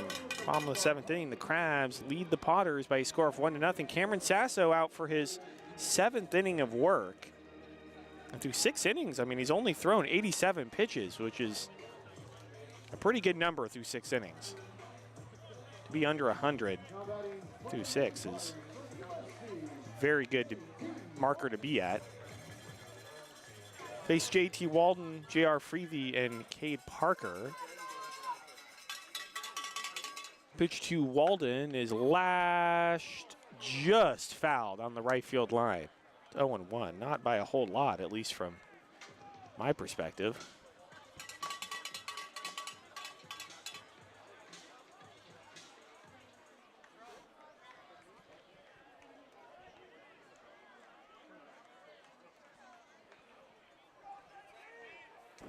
Turns to nighttime here in Lincoln. You can see the full moon again is just above center field, just to the right of the scoreboard.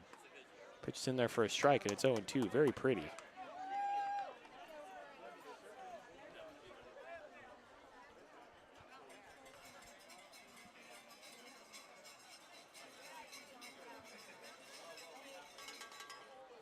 Oh-2 pitch is a swing and a miss, strike 3. And Walton down on 3 pitches. And that's going to bring in JR Freevey.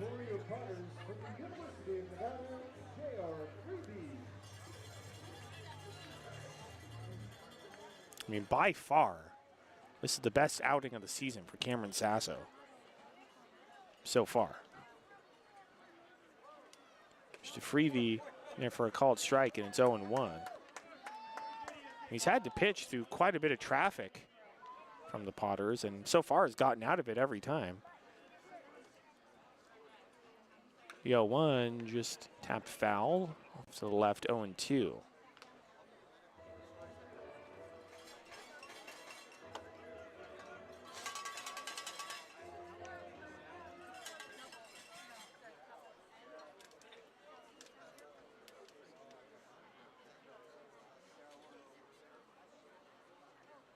The 0-2 misses outside, and it's 1-2.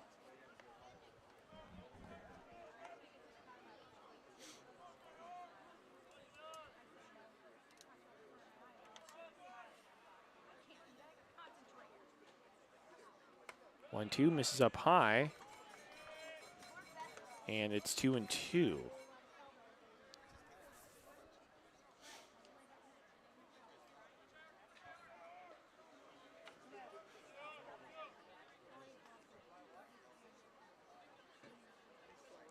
Two, called strike three. Beautiful location from Cameron Sasso. It's on the inside part of the plate. 2 away. It's going to bring in Cade Parker. What an outstanding outing for Cameron Sasso so far. I mean, no matter how this game ends.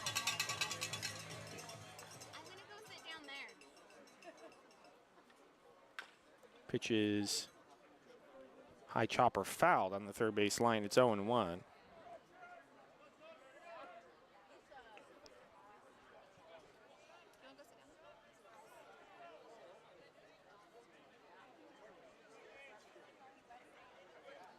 The 0-1 pitch is in the dirt, and it's 1-1.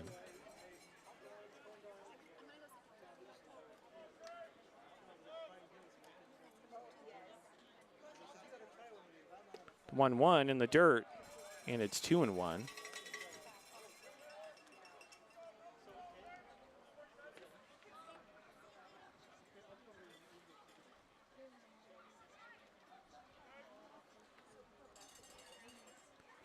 Two-one, grounded foul, and it's 2-2.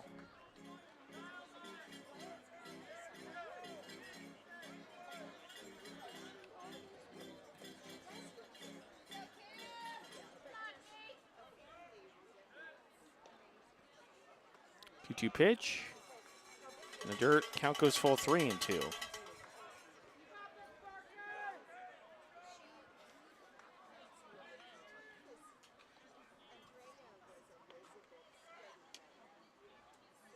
Three-two pitch, chopper foul off to the left. Still 3-2. From the bottom of the 7th inning, Crabs lead 1-0. Nobody on, 2 outs. Cameron Sasso about to throw his 102nd pitch of the game. 3-2, just misses inside, ball 4. I missed by quite a bit, actually. So runner on first, 2 outs. That's going to bring in Will Lindbergh. There is some activity out in the Crabs bullpen. From my perspective, I can't see who it is, but pitch to Lindbergh, runner goes, pitches low, the throw down to second is not in time, and Cade Parker steals second. Can't imagine Cameron Sasso is going to be in this game too much longer at 103 pitches. Might come out if Will Lindbergh reaches, but we'll see.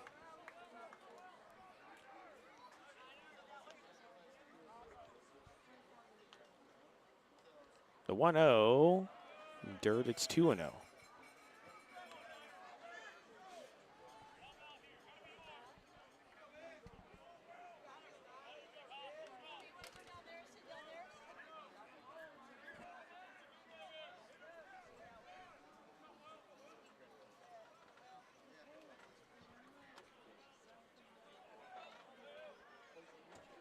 The 2-0 pitch in there for a called strike, and it's 2-1.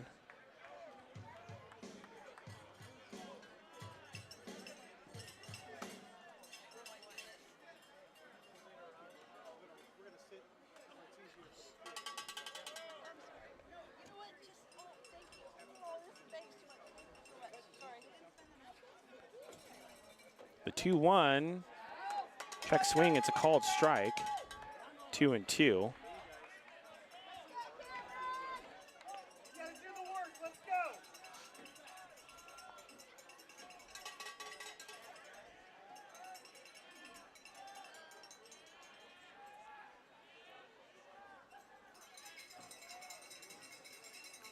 Two-two pitch is grounded right back to Sasso. He's going to run the ball over to first and throw to Javi Felix at first, and that is going to do it. Here in the 7th, the Crabs still holding on to a 1-0 lead. An outstanding outing from Cameron Sasso tonight is 1-0 as we head to the 8th. You're listening to Crabs Baseball, 107.3 FM.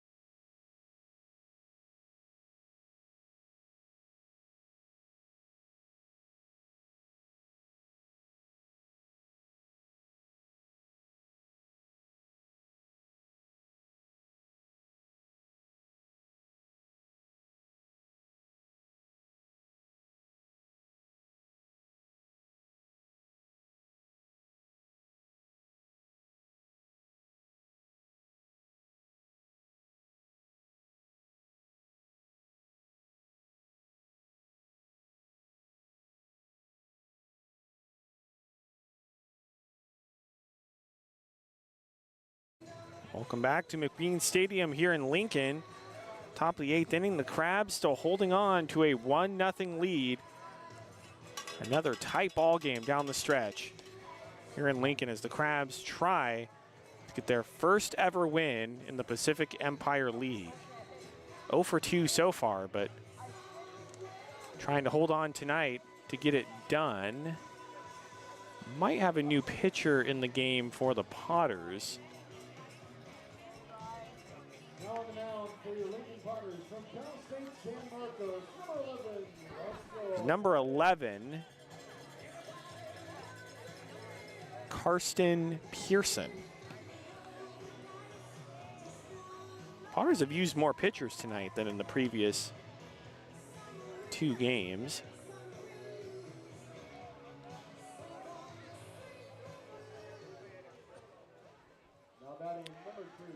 And leading off for the Crabs will be Colin Callahan, followed by Javi Felix and Billy Ham. 3 good bats. Pitch to Callahan in there for a called strike, and it's 0-1.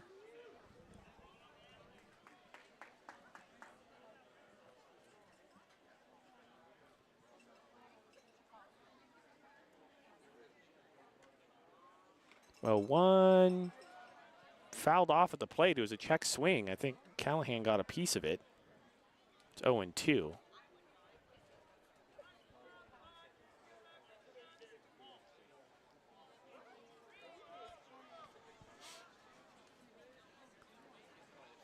The 0-2 is poked out to right field, and that's going to get through for a base hit. It's Colin Callahan. It was an outside pitch, kind of lunged at the ball a little bit, but just poked it out there. Good piece of hitting. That's going to bring in Javi Felix, and like I've been saying, I think it's a really good idea for the Crabs to get some insurance runs. Last 2 games, the Potters have come back after the Crabs took a lead, although at different points in the game. Pitch to Felix is a swing and a miss, 0-1. Tuesday's game, Crabs went up 3-0 in the top of the 2nd. The Potters responded with 5 in the bottom of the 2nd, and Potters never gave the lead back. But last night, Crabs had a 4-3 lead going into the bottom of the 9th. The Potters tied the game on a wild pitch. The 0-1 is popped up, foul out of play off to the right, 0-2. Game went into the 11th inning. The Crabs in the top of the 11th had the bases loaded with 1 out and failed to get anybody home, and the Potters got it done in the bottom of the 11th and walked it off on a sac fly. Crabs looking for a different outcome tonight. Javi Felix calls time, steps out of the box.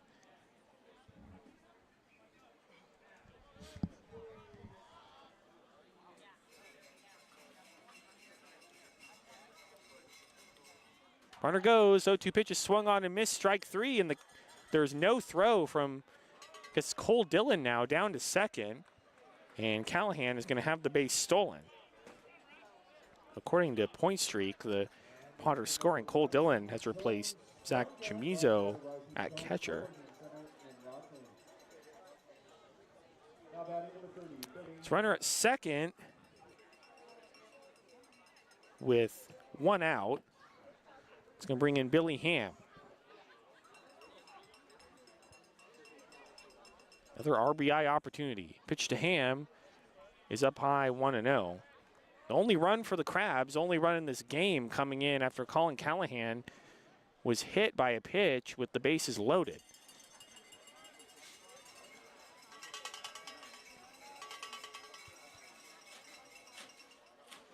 "1-0" is a swing and a miss. Foul tipped into the glove, and it's 1-1.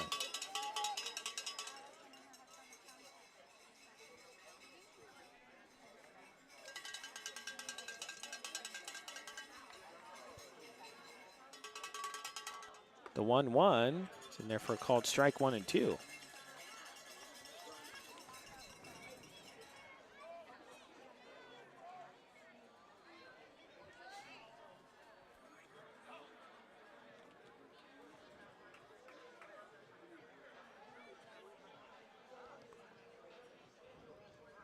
The 1-2 pitch. Swing and a miss, strike 3. Nasty pitch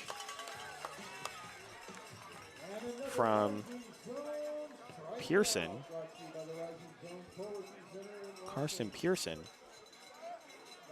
Although on Point Streak, the Potters scoring, it says Russell Pettis, but that's not on the roster that I have. But anyway, runner at second, 2 outs. That's going to bring in Ji-Hee Lee.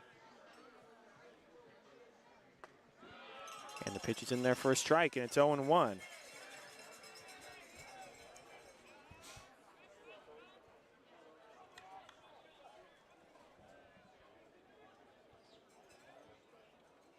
The 0-1 in there for a called strike, and it's 0-2.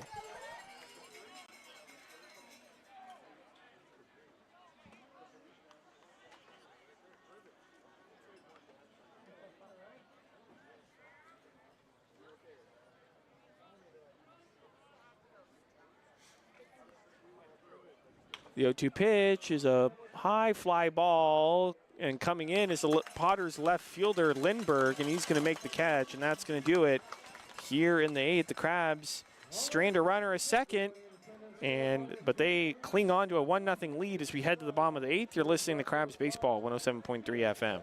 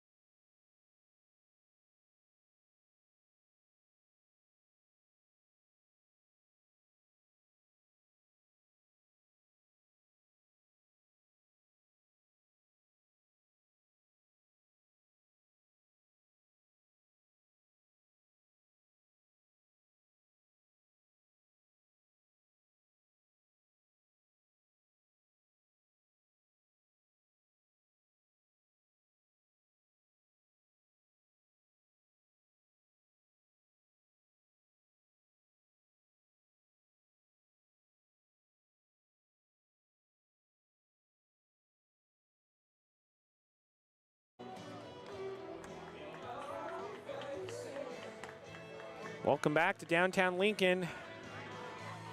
We are in the bottom of the 8th inning. The score is 1-0 in favor of the Crabs. New pitcher on the mound for the Crabs is number 24, Ty Schwager. And he will replace Cameron Sasso, who had his most outstanding outing of the season. 7 innings pitched. He threw 107 pitches. Only allowed 4 hits, gave up 0 runs, 2 walks, 10 strikeouts. It was outstanding. And Crabs can hold on to win. It's in large part because of Cameron Sasso. So Ty Schwager on the season It's his 5th appearance, 9 innings pitched. He's given up 5 runs, 7 walks, 10 strikeouts, a 1-0 record. It's an ERA of 5. Due up for the Potters will be Cole Dillon, who was a defensive replacement earlier in the game at catcher.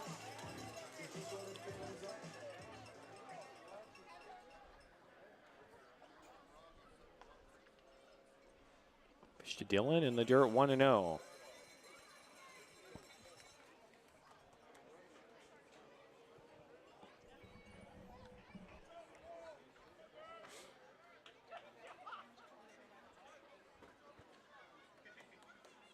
Pitch, misses outside, past the catcher, Ji-Hee Lee. 2-0, nobody on base. And Javi Felix coming in from first to talk to Ty Schwager.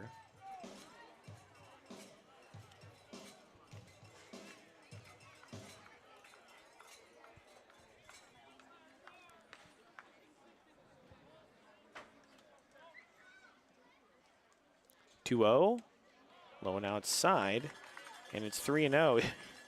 Do not want to walk the leadoff hitter against this Potters team. That is just a recipe for possible disaster. I mean, based on what we've seen so far. The 3-0, and unfortunately, that's exactly what he does. So leadoff walk for the Potters. That's going to bring in top of the order in Hassani Johnson. Now batting for the Potters from the University of Louisiana at Monroe, Hassani Johnson.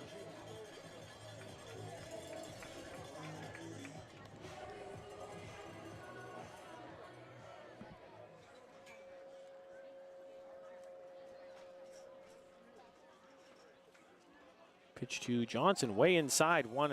And Ty Schwager has not thrown a strike yet. 5 pitches, and none of them have really been close.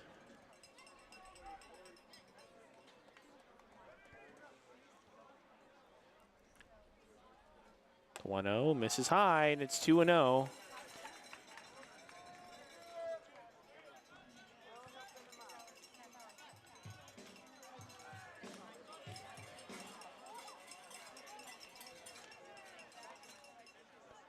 Way inside, it's 3-0, and Ty Schwager, he's thrown 7 pitches, and he's still yet to throw a strike, and he has missed badly on all 7.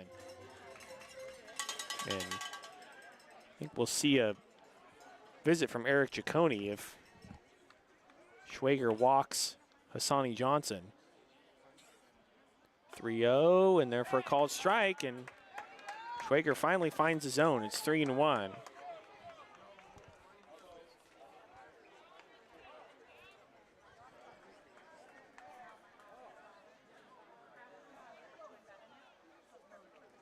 And there for a called strike, and it's 3-2. And Hassani Johnson did not like the call. According to TrackMan, I mean, it was really close, maybe just off the plate inside, but really it's kind of the 50-50 zone. I mean, sometimes you'll get that call, sometimes you won't. Runner starts to go and stops, and the 3-2 is a high fly ball to center field. McKernan will make the catch, 1 away.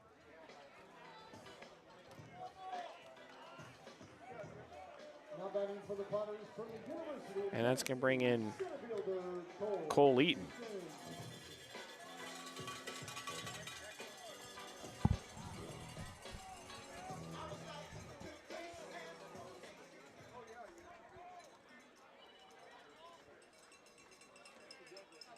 Pitch to Eaton is fouled off to the right, and it's 0-1. Ball brought to you by Andre Cervez, your local State Farm agent for all of your insurance needs.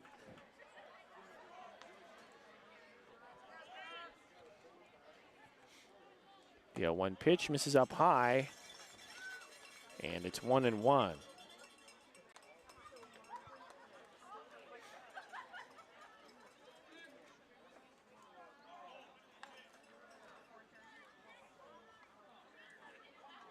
Runners, they have him picked off. The throw down to second. And he is going to steal the base because I think it was Colin Callahan just couldn't get the tag on him. Throw was a bit wide, and Dylan just snuck under Callahan's tag, kind of evaded it. So runner at second with one out. 1-1 to Eaton. He's outside, and it's 2-1. More nervous times for the Crabs and their fans here at McBean Stadium.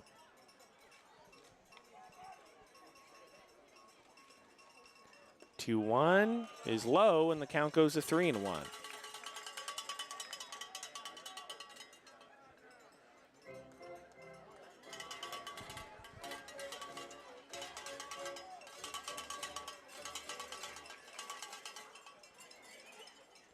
Three-one pitch, fouled straight back, and the count goes full 3-2.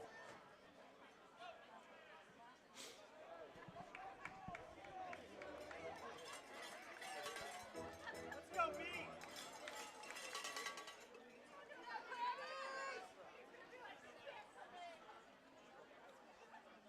3-2 is a high pop fly to center field. McKernan going back and to his left.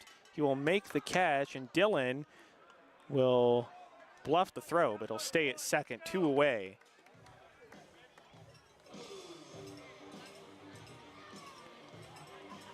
And that's going to bring in Hudson Brown.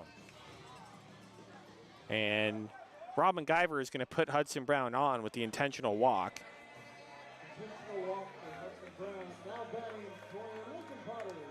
Which he hit a very long home run on Tuesday night, so don't blame Robin at all for making that decision. That's going to bring in Jacob Doyle.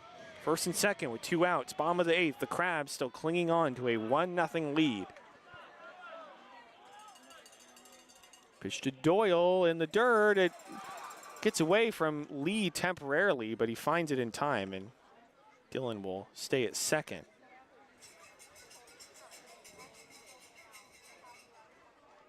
And Lee will go out to talk to Ty Schwager. I wonder if he was crossed up maybe.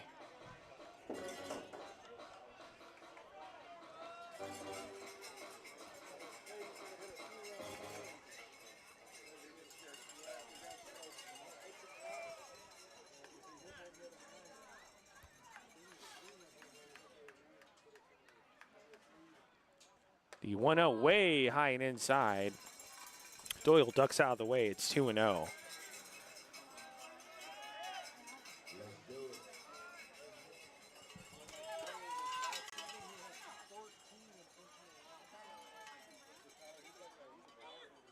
In there for a called strike, and it's 2-1.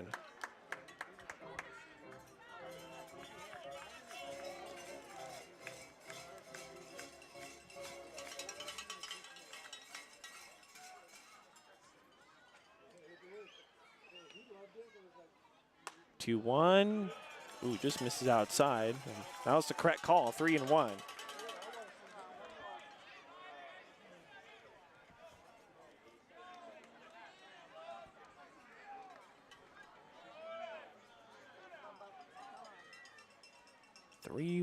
Pitch is a high drive to left field. If it's fair, it's gone, and it is foul.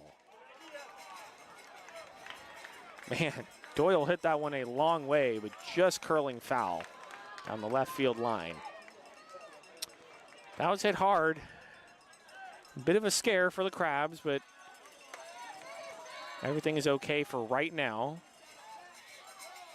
The 3-2 pitch to Doyle coming up.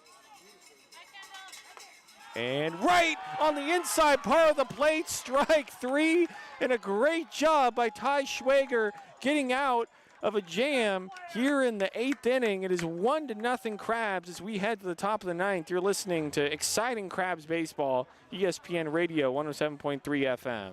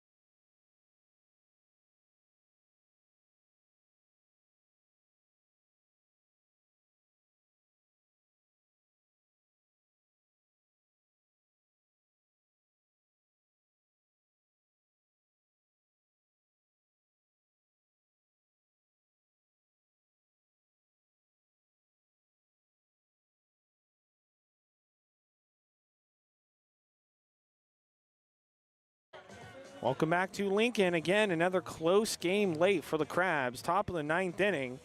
Crabs clinging on to a 1-0 lead. And another pitcher in the game for the Potters, their 5th of the game. It is number 10, Micah Marquez. And he will face Keenan Morris, followed by Ty Kennedy and Trent Keys. And the Crabs, I think, would really like to at least get 1 run here, make it a 2-run lead. Last night, the Crabs had a 1-run lead going into the bottom of the 9th. It did not end well, even though it went to extra innings. It went to the 11th. But I don't think the Crabs coaches and the fans really want to have another 1-run lead nail-biter going into the bottom of the 9th. Nice evening here in Lincoln. The full moon right in center field. You can see it pretty clearly on the live stream if you're watching on YouTube. After the game, the Crabs will head back to the team hotel in Roseville, about 15 minutes away. Then tomorrow morning, the Crabs will get on the bus and make the about 3.5 hour trip up north to Healdsburg, take on the Prune Packers at 3 p.m. tomorrow. Saturday's game at 6 p.m. Crabgrass Band will be there. Keenan Morris stepping in.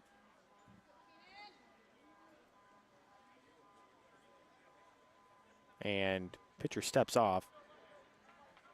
Now, I was told by, I think Robin Guyver, Crabs manager, as the pitch to Morris is way inside. Ducks out of the way, 1-0. I was told by Robin Guyver that the new league rules are supposed to mirror, I think, the college rules as far as disengagements from the mound. 1-0 is inside, and that actually hit Keenan Morris. So leadoff hitter on for the Crabs. Let's bring in Ty Kennedy. I know the major league disengagement rule is 3. I don't know exactly what the college rule is. Maybe Don Hofacker can let me know in the comments. But new league rules, there is supposed to be a disengagement rule for league games, and I don't think that's exactly been followed, at least so far. Pitch to Kennedy is popped foul off to the right. It's out of play, 0-1.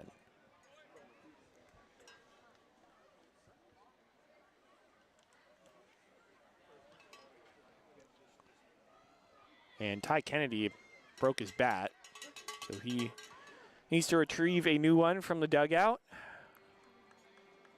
So we'll have a bit of a delay.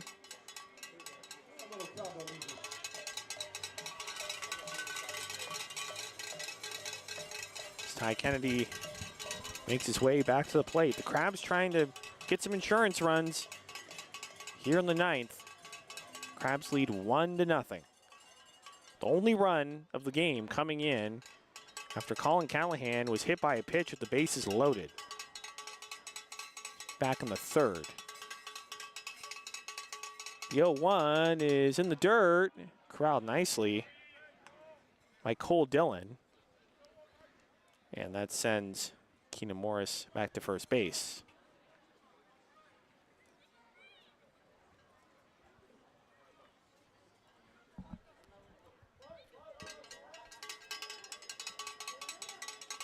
One right down the middle for a called strike 1 and 2.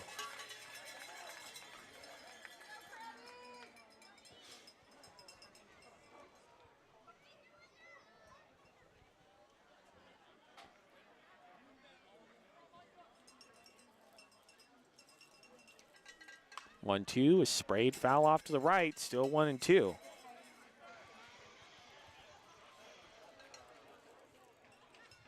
Brought to you by Rocket TV, advertising, marketing, branding, and digital billboards. Your business simplified with Rocket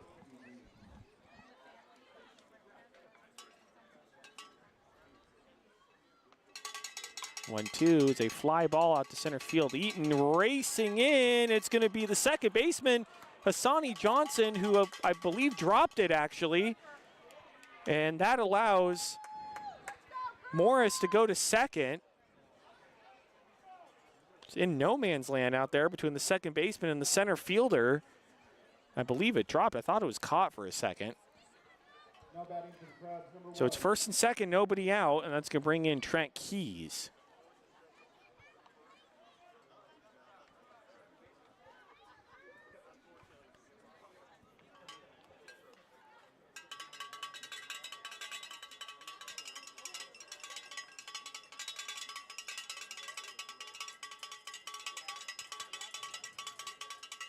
Pitch to Keys, he shows bunt, bunts it right in front of the plate. The catcher gets to it. The play at first is made, but a really good sac bunt from Trent Keys moves both runners up, second and third, with one out now. Just dropped it right in front of the plate, and Cole Dillon, his only play is to first base. Center fielder Michael McKinnon. It's going to bring in Michael McKernan. Good chance for the Crabs to hopefully at least get one insurance run, and they are going to put Mike McKernan on first with the intentional walk, so that sets up the conventional double play. So base is loaded with one out, and that's going to bring in Jet Ruby. The Crabs can get a hit here. That would be huge. Now batting number 40. State the obvious. Ruby.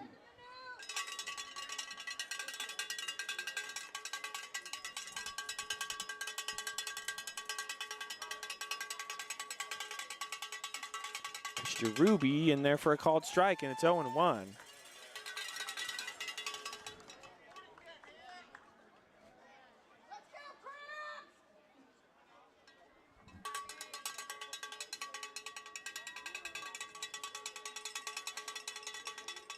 You know, one misses outside, and it's 1-1.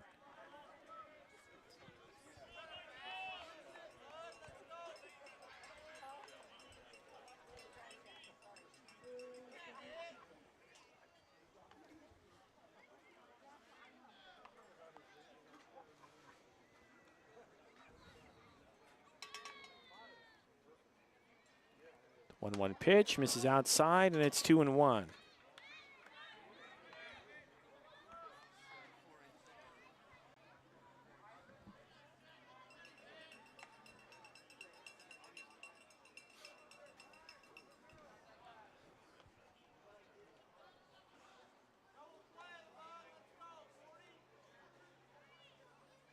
Two one in the dirt, and the count is 3-1. And Marquez is a ball away from walking in a run. Bases are loaded. Top of the ninth. 3-1 count on Jet Ruby with one out. Crabs holding on to a 1-0 lead. They've held on to since the third inning when they took the lead after Colin Callahan was hit by a pitch with the bases loaded.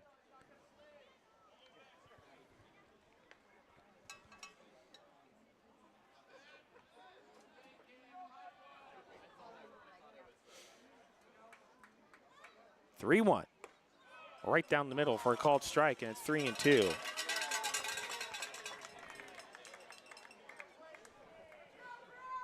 Well, actually, according to TrackMan, that was outside.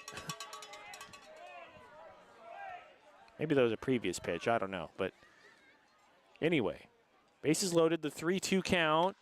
Is a fly ball in the center field. That's going to get down for a base hit. One run's going to score. The second run is being held up at third with a really good throw from the outfield, and the Crabs lead it 2-0. Jet Ruby coming through with the RBI single. Everybody goes station to station, so it's still bases loaded with one out. And that's going to bring in Colin Callahan. That could prove to be a much-needed insurance run. I mean, as we know from the previous game on Tuesday, the Potters can put up a lot of runs pretty quickly, so it's not a comfortable lead, but it's better than a one-run lead. Pitch to Callahan is a slow chopper to the second baseman, Johnson. He throws to second for one, but no throw to first, and that's going to bring in another run, and the Crabs lead it 3-0.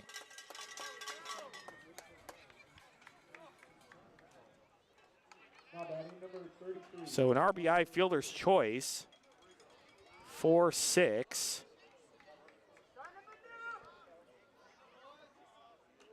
First and third with 2 outs. It's going to bring in Javi Felix. Felix fouled back, and it's 0-1.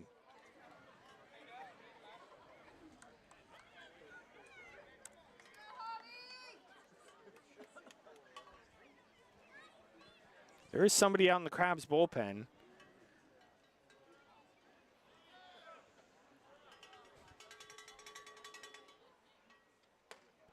The 0-1 in their first strike, it's 0-2. If the Crabs don't get another run, it would be another save opportunity.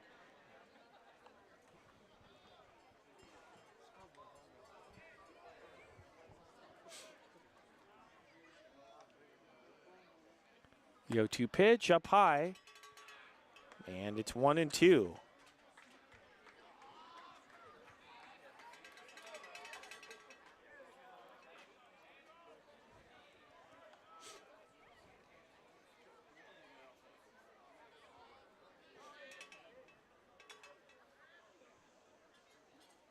1-2 runner goes from first, pitch is swung on, and it gets through the catcher's legs, and Javi's going to reach on the strikeout wild pitch.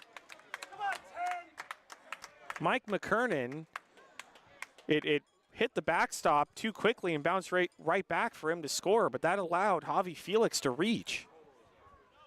So bases loaded on the strikeout wild pitch. Now batting for Humboldt, number 30, Billy Ham.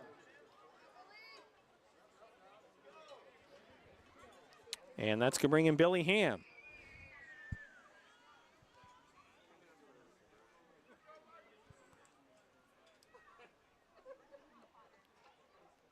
Pitch to Ham is a high chopper on a hop to the first baseman, Brown. He throws to the pitcher, covering just in time.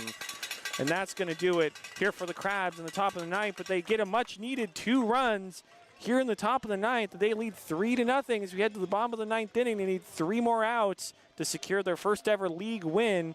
You're listening to Crabs Baseball, 107.3 FM.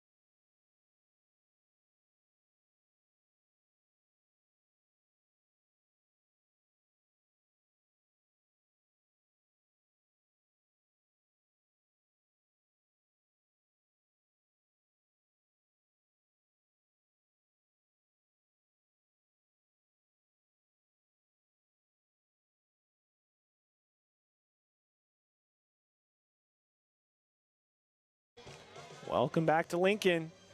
We are in the bottom of the ninth inning. The Crabs lead by a score of 3-0. Ty Schwager out for a second inning of work to try to nail down the save and get the Crabs their first ever Pacific Empire League victory. And it would be a much, much needed win. The Crabs are able to shut it down. All right, due up for the Potters, it will be JT Walton, JR Freethy, and Cade Parker. Remember last night, the Crabs had a 1-run lead going into the bottom of the ninth, and the Potters tied it. And we'll see if 3 runs is enough. 3-run lead. Pitch is in there for a called strike, and it's 0-1.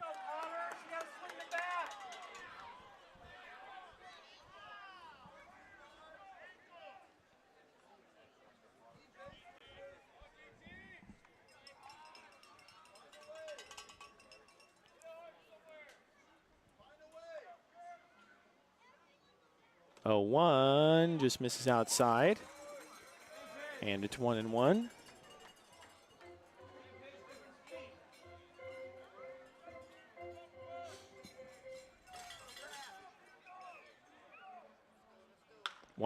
Lash just fouled on the first base line. It's 1-2.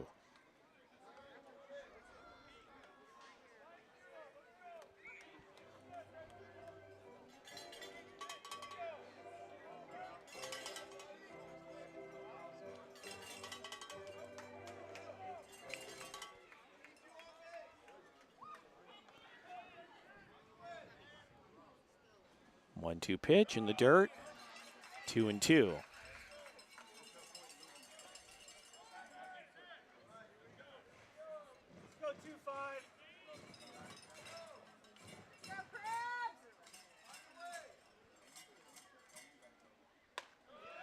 Pitches outside, and it's 3-2. If Schwager can lock down the save tonight, it would be his first of the season.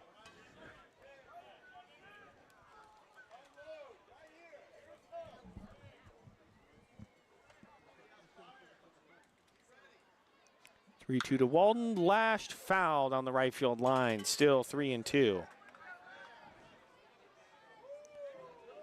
The Potters are definitely not going to go quietly. Very good offensive team. Of course, they're being shut out tonight so far, but still, they can explode at any moment. The 3-2 is just outside ball 4, and correct call by the umpire. So leadoff walk for the Potters. And that's going to bring in J.R. Freethy. I'm sure the Crabs coaches are, their blood pressure is pretty high right now. You could just tell last night that it was just a really, really tough loss to take. And I think the Crabs are really desperate to get a win tonight. And Robin Guyver, he's going to take Ty Schwager out of the game. I mean, that one walk was enough. So Crabs will make a pitching change. And we're going to go back to the studio for a 1-minute break. You're listening to Crabs Baseball, ESPN Radio 107.3.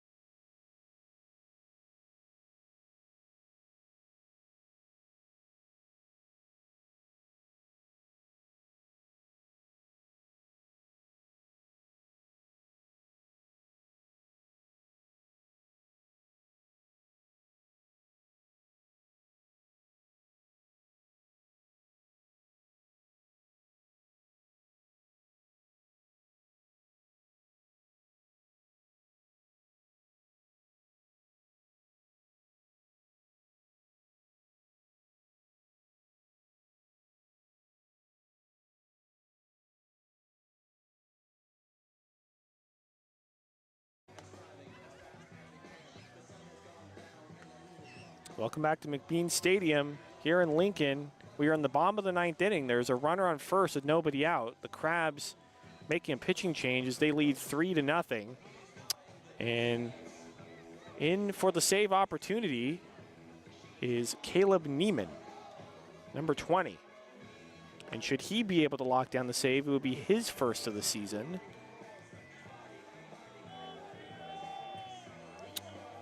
This is his 6th game that he's appeared in, 9 1/3 innings pitched. He has given up only 2 earned runs, 3 walks, 11 strikeouts, 1-1 record, and a 1.92 ERA. So there's a reason why Robin Guyver is putting him in this situation in a game that the Crabs desperately need to win. J.R. Freethy will step in.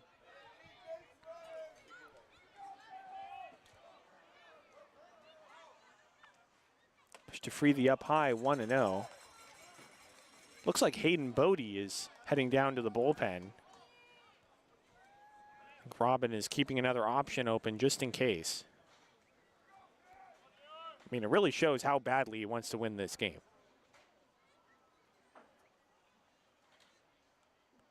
The 1-0 in there for a called strike, and it's 1-1. Let's go, 16. Gotta be a hitter.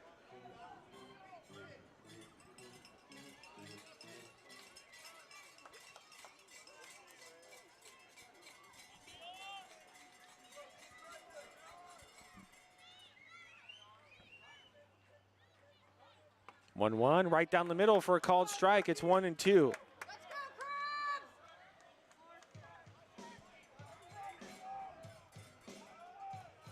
Definitely hear the Crabs fans in the park. Always travel well. A lot of family here. Family and friends of players.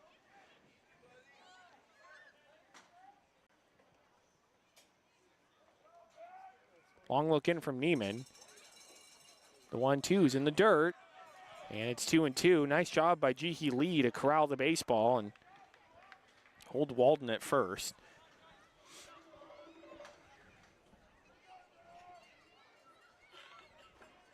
on, 16.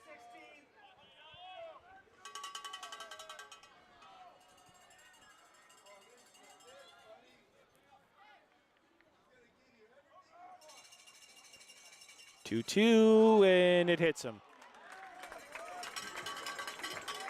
Oh boy. So first and second, still nobody out, and it was never going to be easy, was it? It was never, ever going to be easy. All right. So the tying run steps into the plate, and Cade Parker.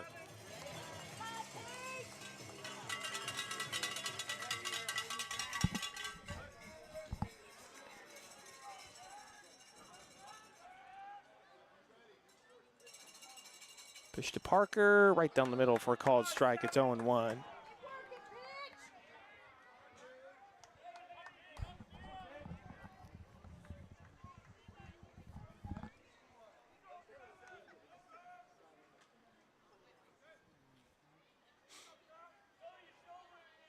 The 0-1 in there for a called strike, even though it's dropped by Jihi Lee. It's 0-2.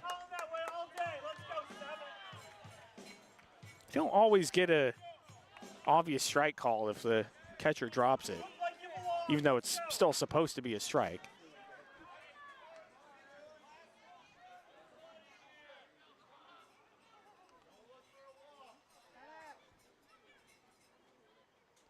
The 0-2 swing and a miss, strike three. One away. Runners still at first and second. That's going to bring in Will Lindbergh.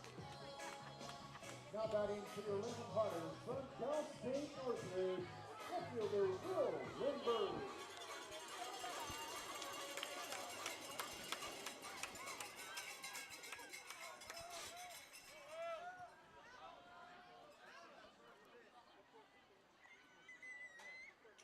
Pitch to Lindbergh, just misses inside, 1-0. Just off the plate inside, according to TrackMan. But the correct call.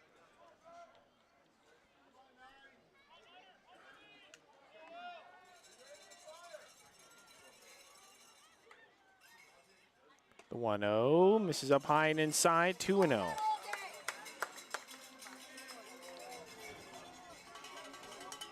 According to TrackMan, that caught a piece of the zone on the upper inside corner.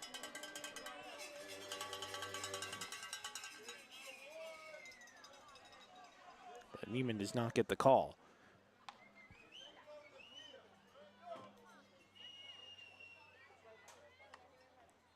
Ooh, just misses off the plate outside. And correct call by the home plate umpire.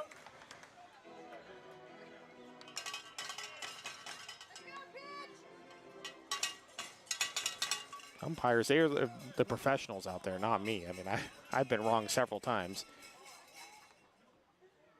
Do a lot better of a job than I would ever do. The 3-0 is low, ball 4, and that's going to load the bases. Oh, boy. More very nervous times for the Crabs and their fans. here at McBean Stadium. Bases loaded, 1 out. Crabs still lead 3-0.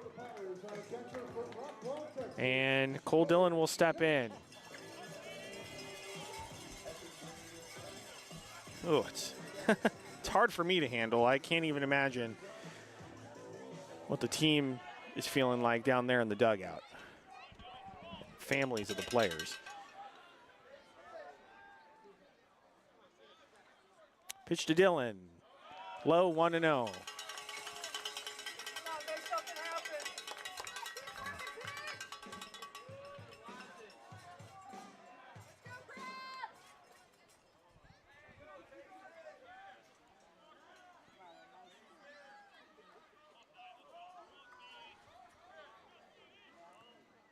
The 1-0 pitch in there for a called strike, and it's 1-1.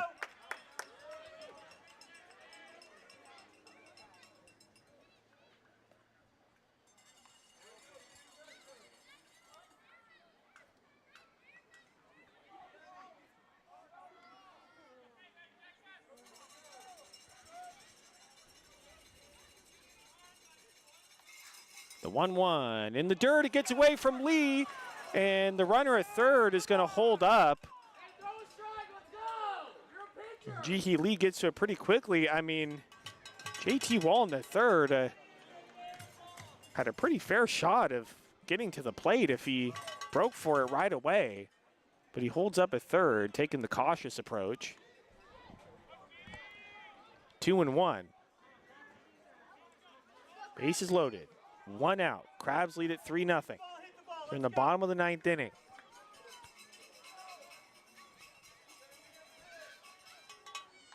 Two 2-1 is a high drive out to left center field. McKernan moving to his right. He'll make the catch. Runner tags at third. He's going to score, and it's 3-1. But the Crabs are 1 out away from winning this game.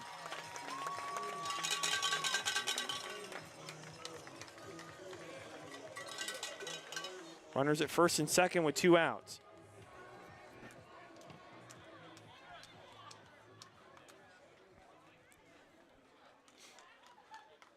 And we might have a pinch hitter here. It is number 15, Jake Tandy. Started the last 2 games.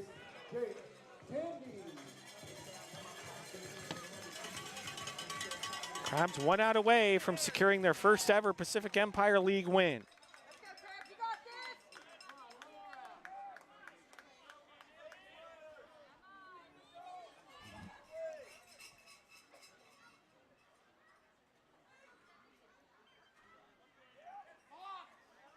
Pitch to Tandy, misses outside, 1-0.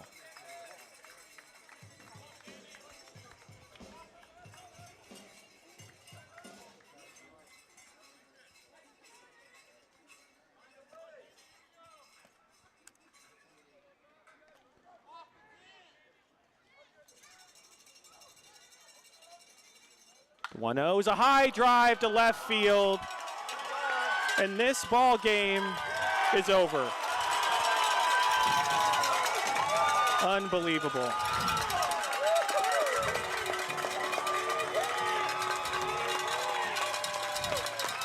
Unbelievable.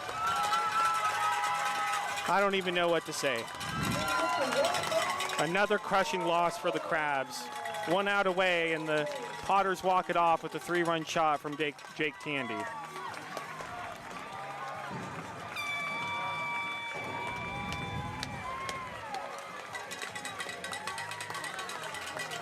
Well,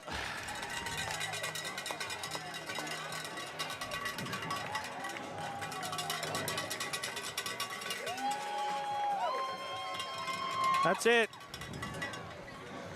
From McBean Stadium here in Lincoln, as the Potters walk it off on the Crabs and sweep the series. Crabs will be right back at it tomorrow at 3 p.m. to take on the Healdsburg Prune Packers. I'm Liam Warner, and you've been listening to Crabs Baseball, ESPN 107.3.